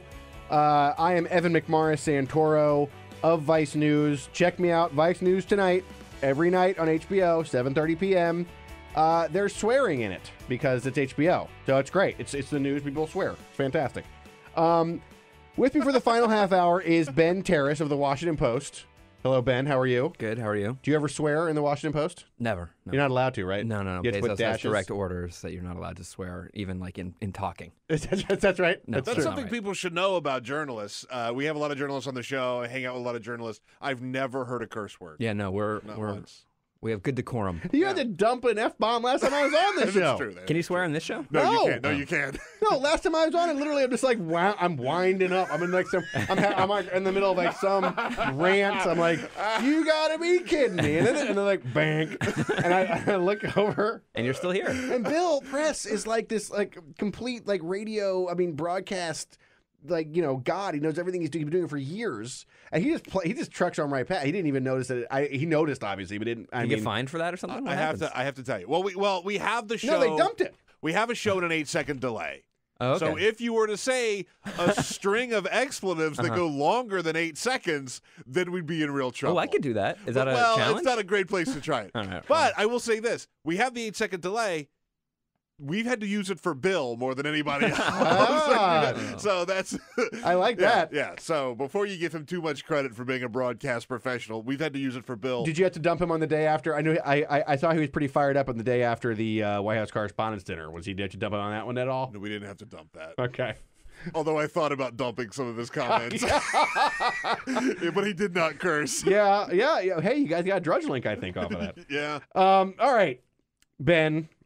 So one thing we've been talking about all day, okay, since I first got here, let's just play it one more time since the fact that we're going to talk about it for this final half hour, okay? And then we're going to talk about the story that you have recently written.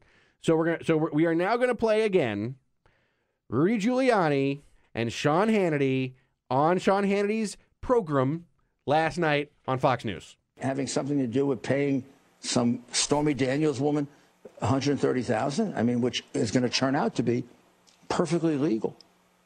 That money was not campaign money.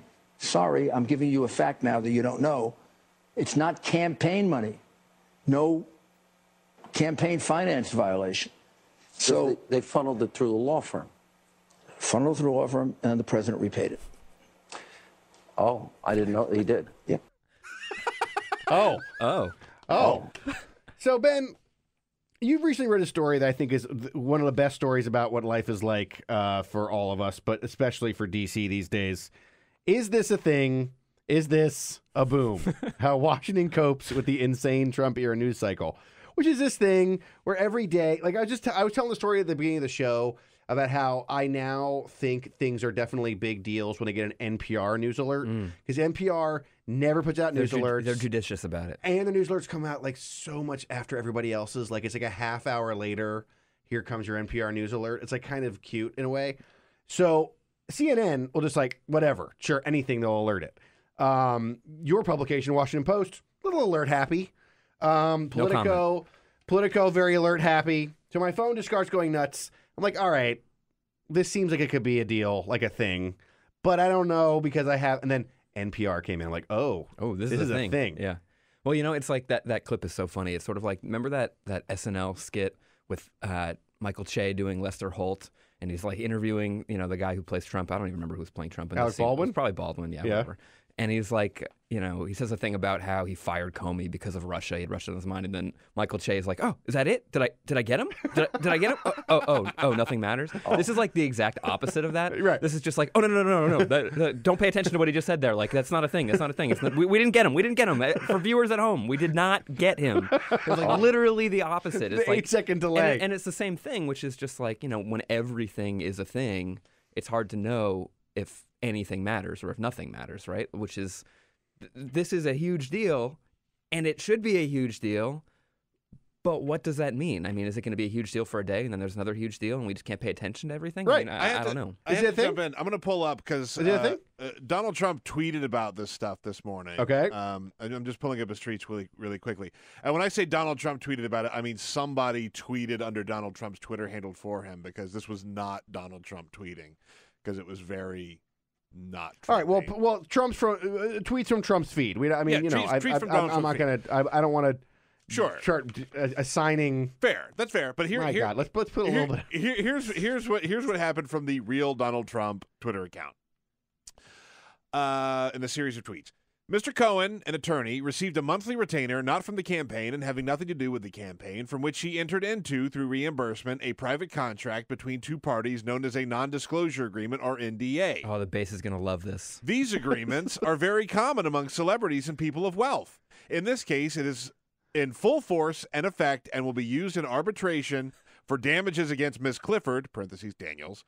The agreement was used to stop the false and extortionist accusations made by her about an affair, despite having already signed a detailed letter admitting that there was no affair. Prior to its violation by Ms. Clifford and her attorney, this was a private agreement. Money from the campaign or campaign contributions played no role in this transaction. Nice simple language from the president. Yeah, you know how he said a lot of exclamation points in that anywhere? No, by the way, any sads? No sads. Everything was spelled correctly. There were no weird capitalizations, which is why I mean, look, if it came from his Twitter account, it's official presidential statement, right? Like, I get that, but yeah, I think your point.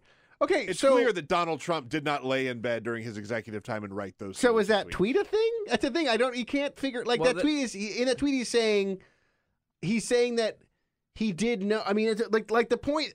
This is about the fact that Trump said, I had no idea about the payment, and then Giuliani said he did have an idea about the payment, and now Trump is saying, what, I did have an idea? It's very convoluted. I mean, I have to say, I really have a hard time following his tweets. It's just trying to muddy it all up. I think that's right. That's kind of what I was getting at. I don't understand what he's trying to say here.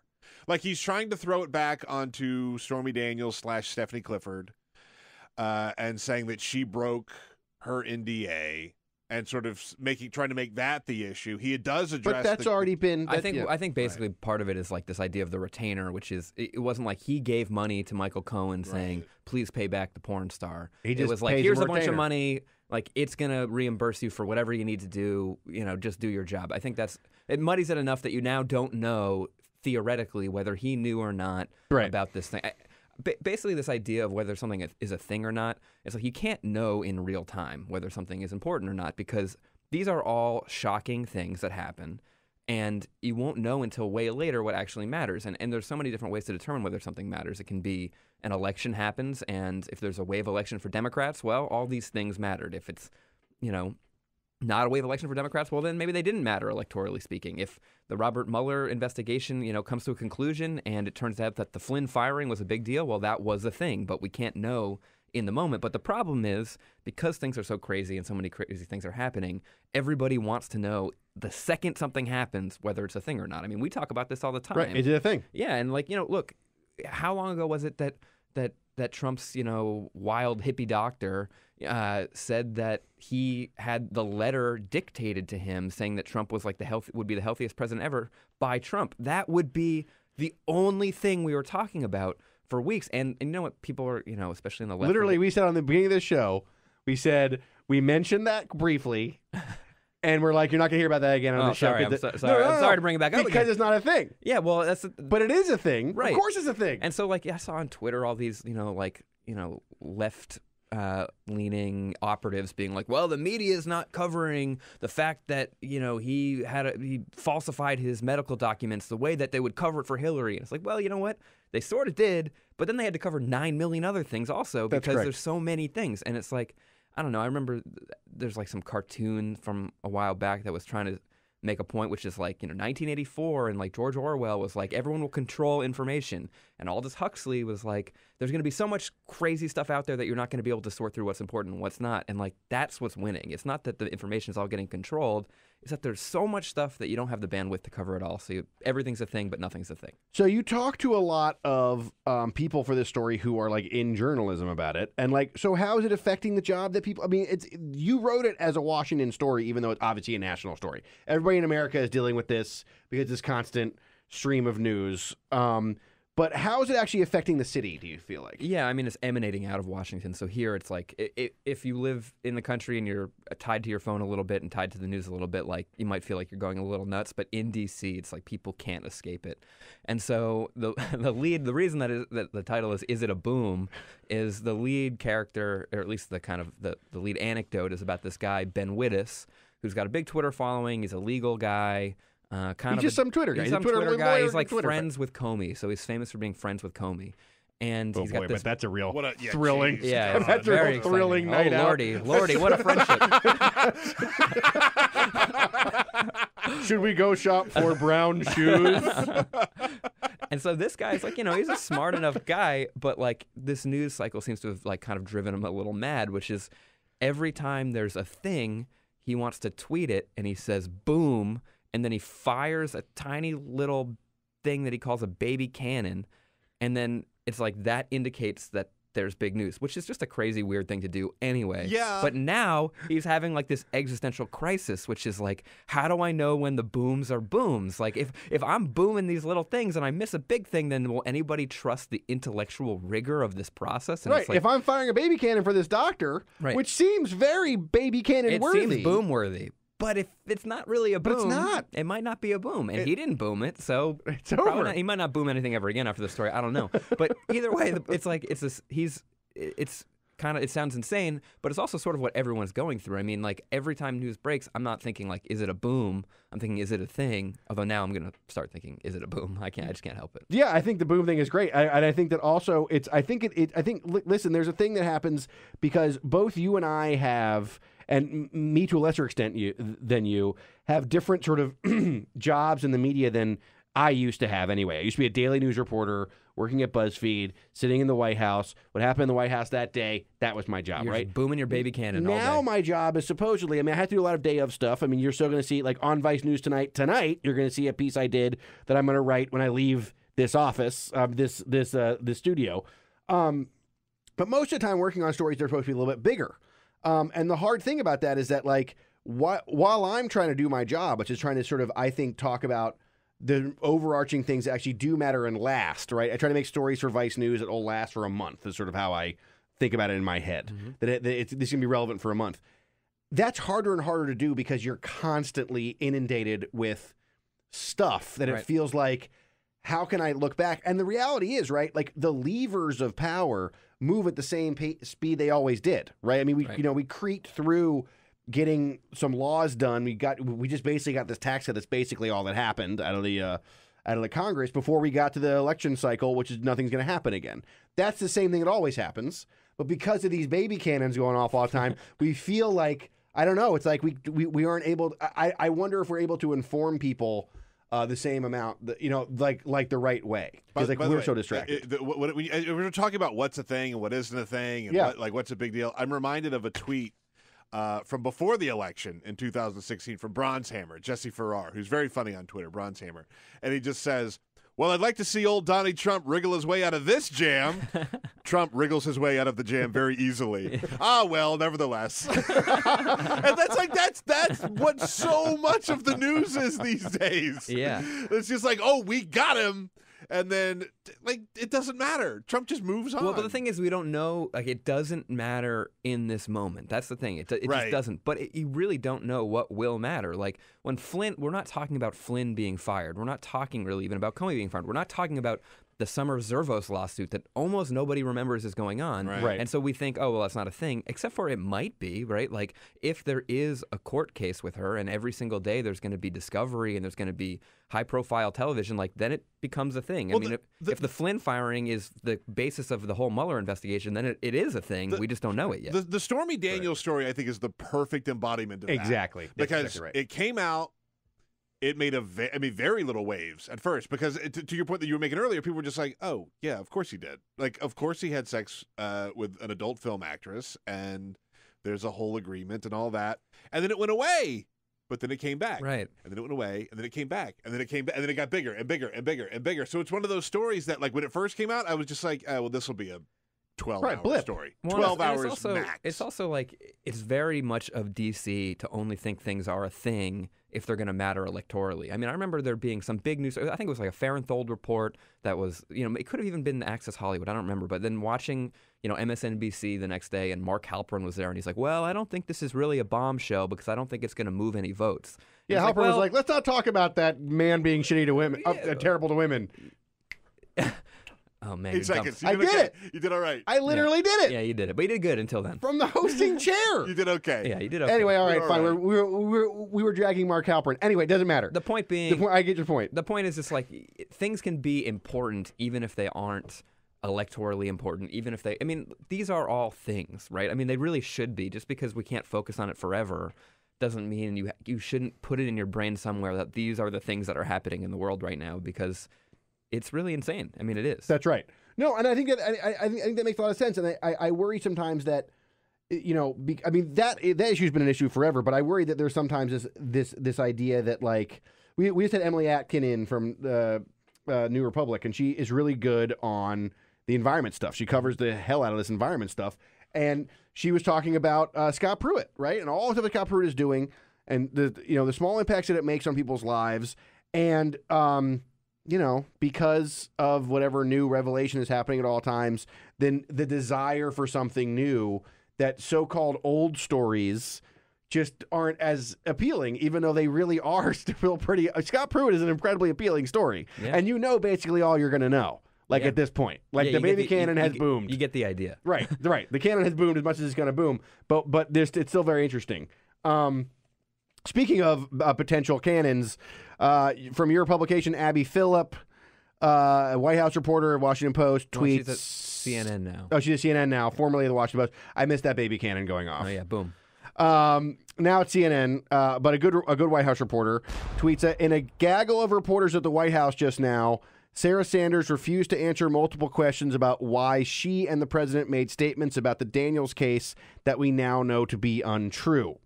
Sanders insisted she couldn't comment because of ongoing litigation. So that's, at least another small cannon sound for the day. Yeah, it could also be like, I'm not going to give you my tax returns because I'm under audit. Like, yeah, right. Who knows?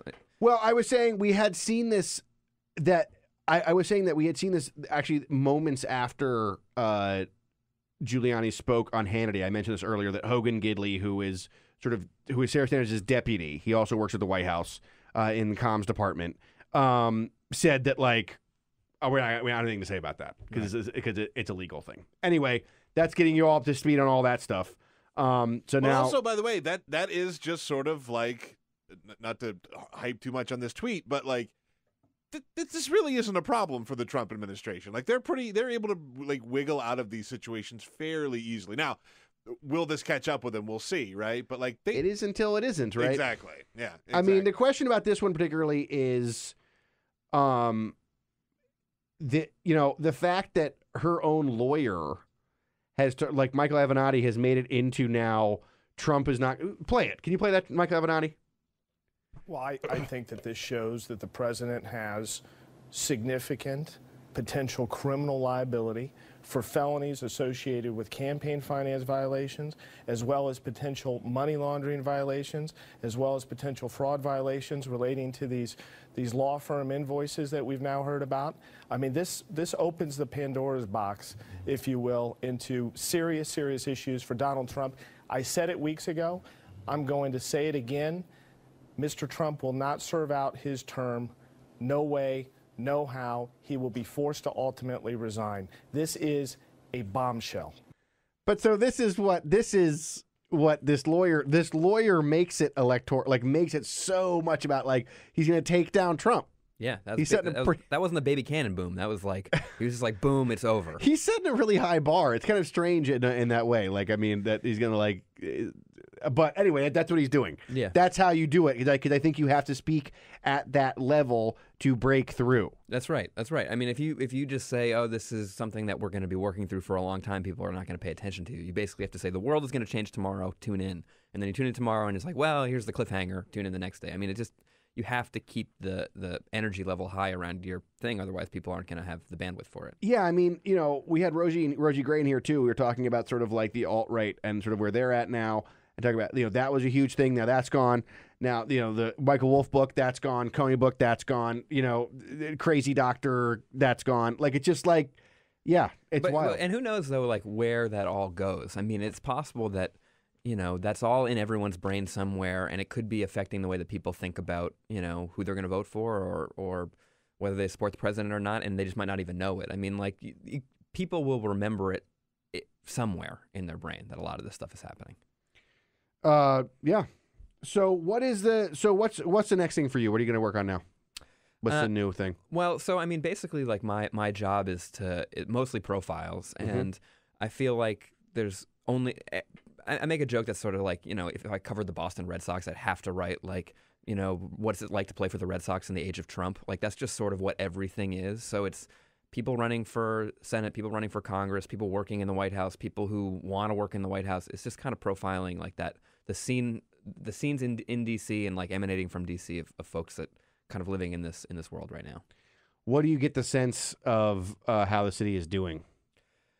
I mean, it's not that different as far as I can tell. I mean, it's higher energy and like the nerves and are more frayed here than I think, generally are. But things work the same way. I mean, people still... So there's like a story that came out in the New York Times that people were talking about the other day about Matt and Mercy Schlapp, who are, the first couple of Trump. I wrote about them a while ago, too. And they, I feel like, are a pretty emblematic story for like how things really aren't that different. Everybody's talking about, they're making all this money off of this president. The lobbying shop that they run is doing well, and Mercy's in the White House, and her, she's getting a bigger and bigger deal. This is the Schlapps. One of them, Matt Schlapp, is head of the American Conservative Union, hosts CPAC. Mercedes Schlapp is the Strategic Communications Director at the White House, and maybe in the running to be the Director of Communications. Yeah, right. And so they were just sort of basic Republican conservative operatives. They decided to get on board the Trump train, right. and they just rode that Trump train, and now they're sort of they're feted all over the town. And their story is basically the Washington, D.C. story. I mean, like, they make the point, and, I can see this point, that if Hillary Clinton had won, like, don't you think John Podesta would be doing really well? And, like, the Podesta lobby shop would be doing much better than going bankrupt as it did? I mean, it's just everybody always is, like, kind of linked onto someone. It's just that Trump is a much more controversial figure to be linked onto. And D.C. is filled with that. I mean, it's not like lobbying's gone away. It's just different people have come in and, picked up the money. Yeah, it's kind of funny because, like, to me, I always think my personal take on this is that, this idea of I don't like to call it swamp draining, but like at least some sort of like swamp reclamation. I don't know, some sort of like project that turns a swamp into like a nice place you'd want to be. Yeah, swamp landscape architecture. Exactly. Is not a bad idea. And it's funny because there is a sort of point, like if Trump can't do it, like really, I don't know if anybody can do it. Yeah, I mean, he definitely diagnosed a problem that lots of people have, even people who don't agree with Trump about what the solution is, which is Washington, D.C. is swampy. I mean, everybody basically thinks that. Right. I mean, the show Veep exists because of that, and Veep does not agree with Donald Trump. I mean, they have the same idea, they just think of the answer totally differently. Well, you guys got to keep reading everything that Ben Terris puts out about this city. He's the best reporter covering it right now. I'm Evan McMorris Santoro, Vice News, filling in for Bill Press. Is the Bill Press Thanks for having Show. me.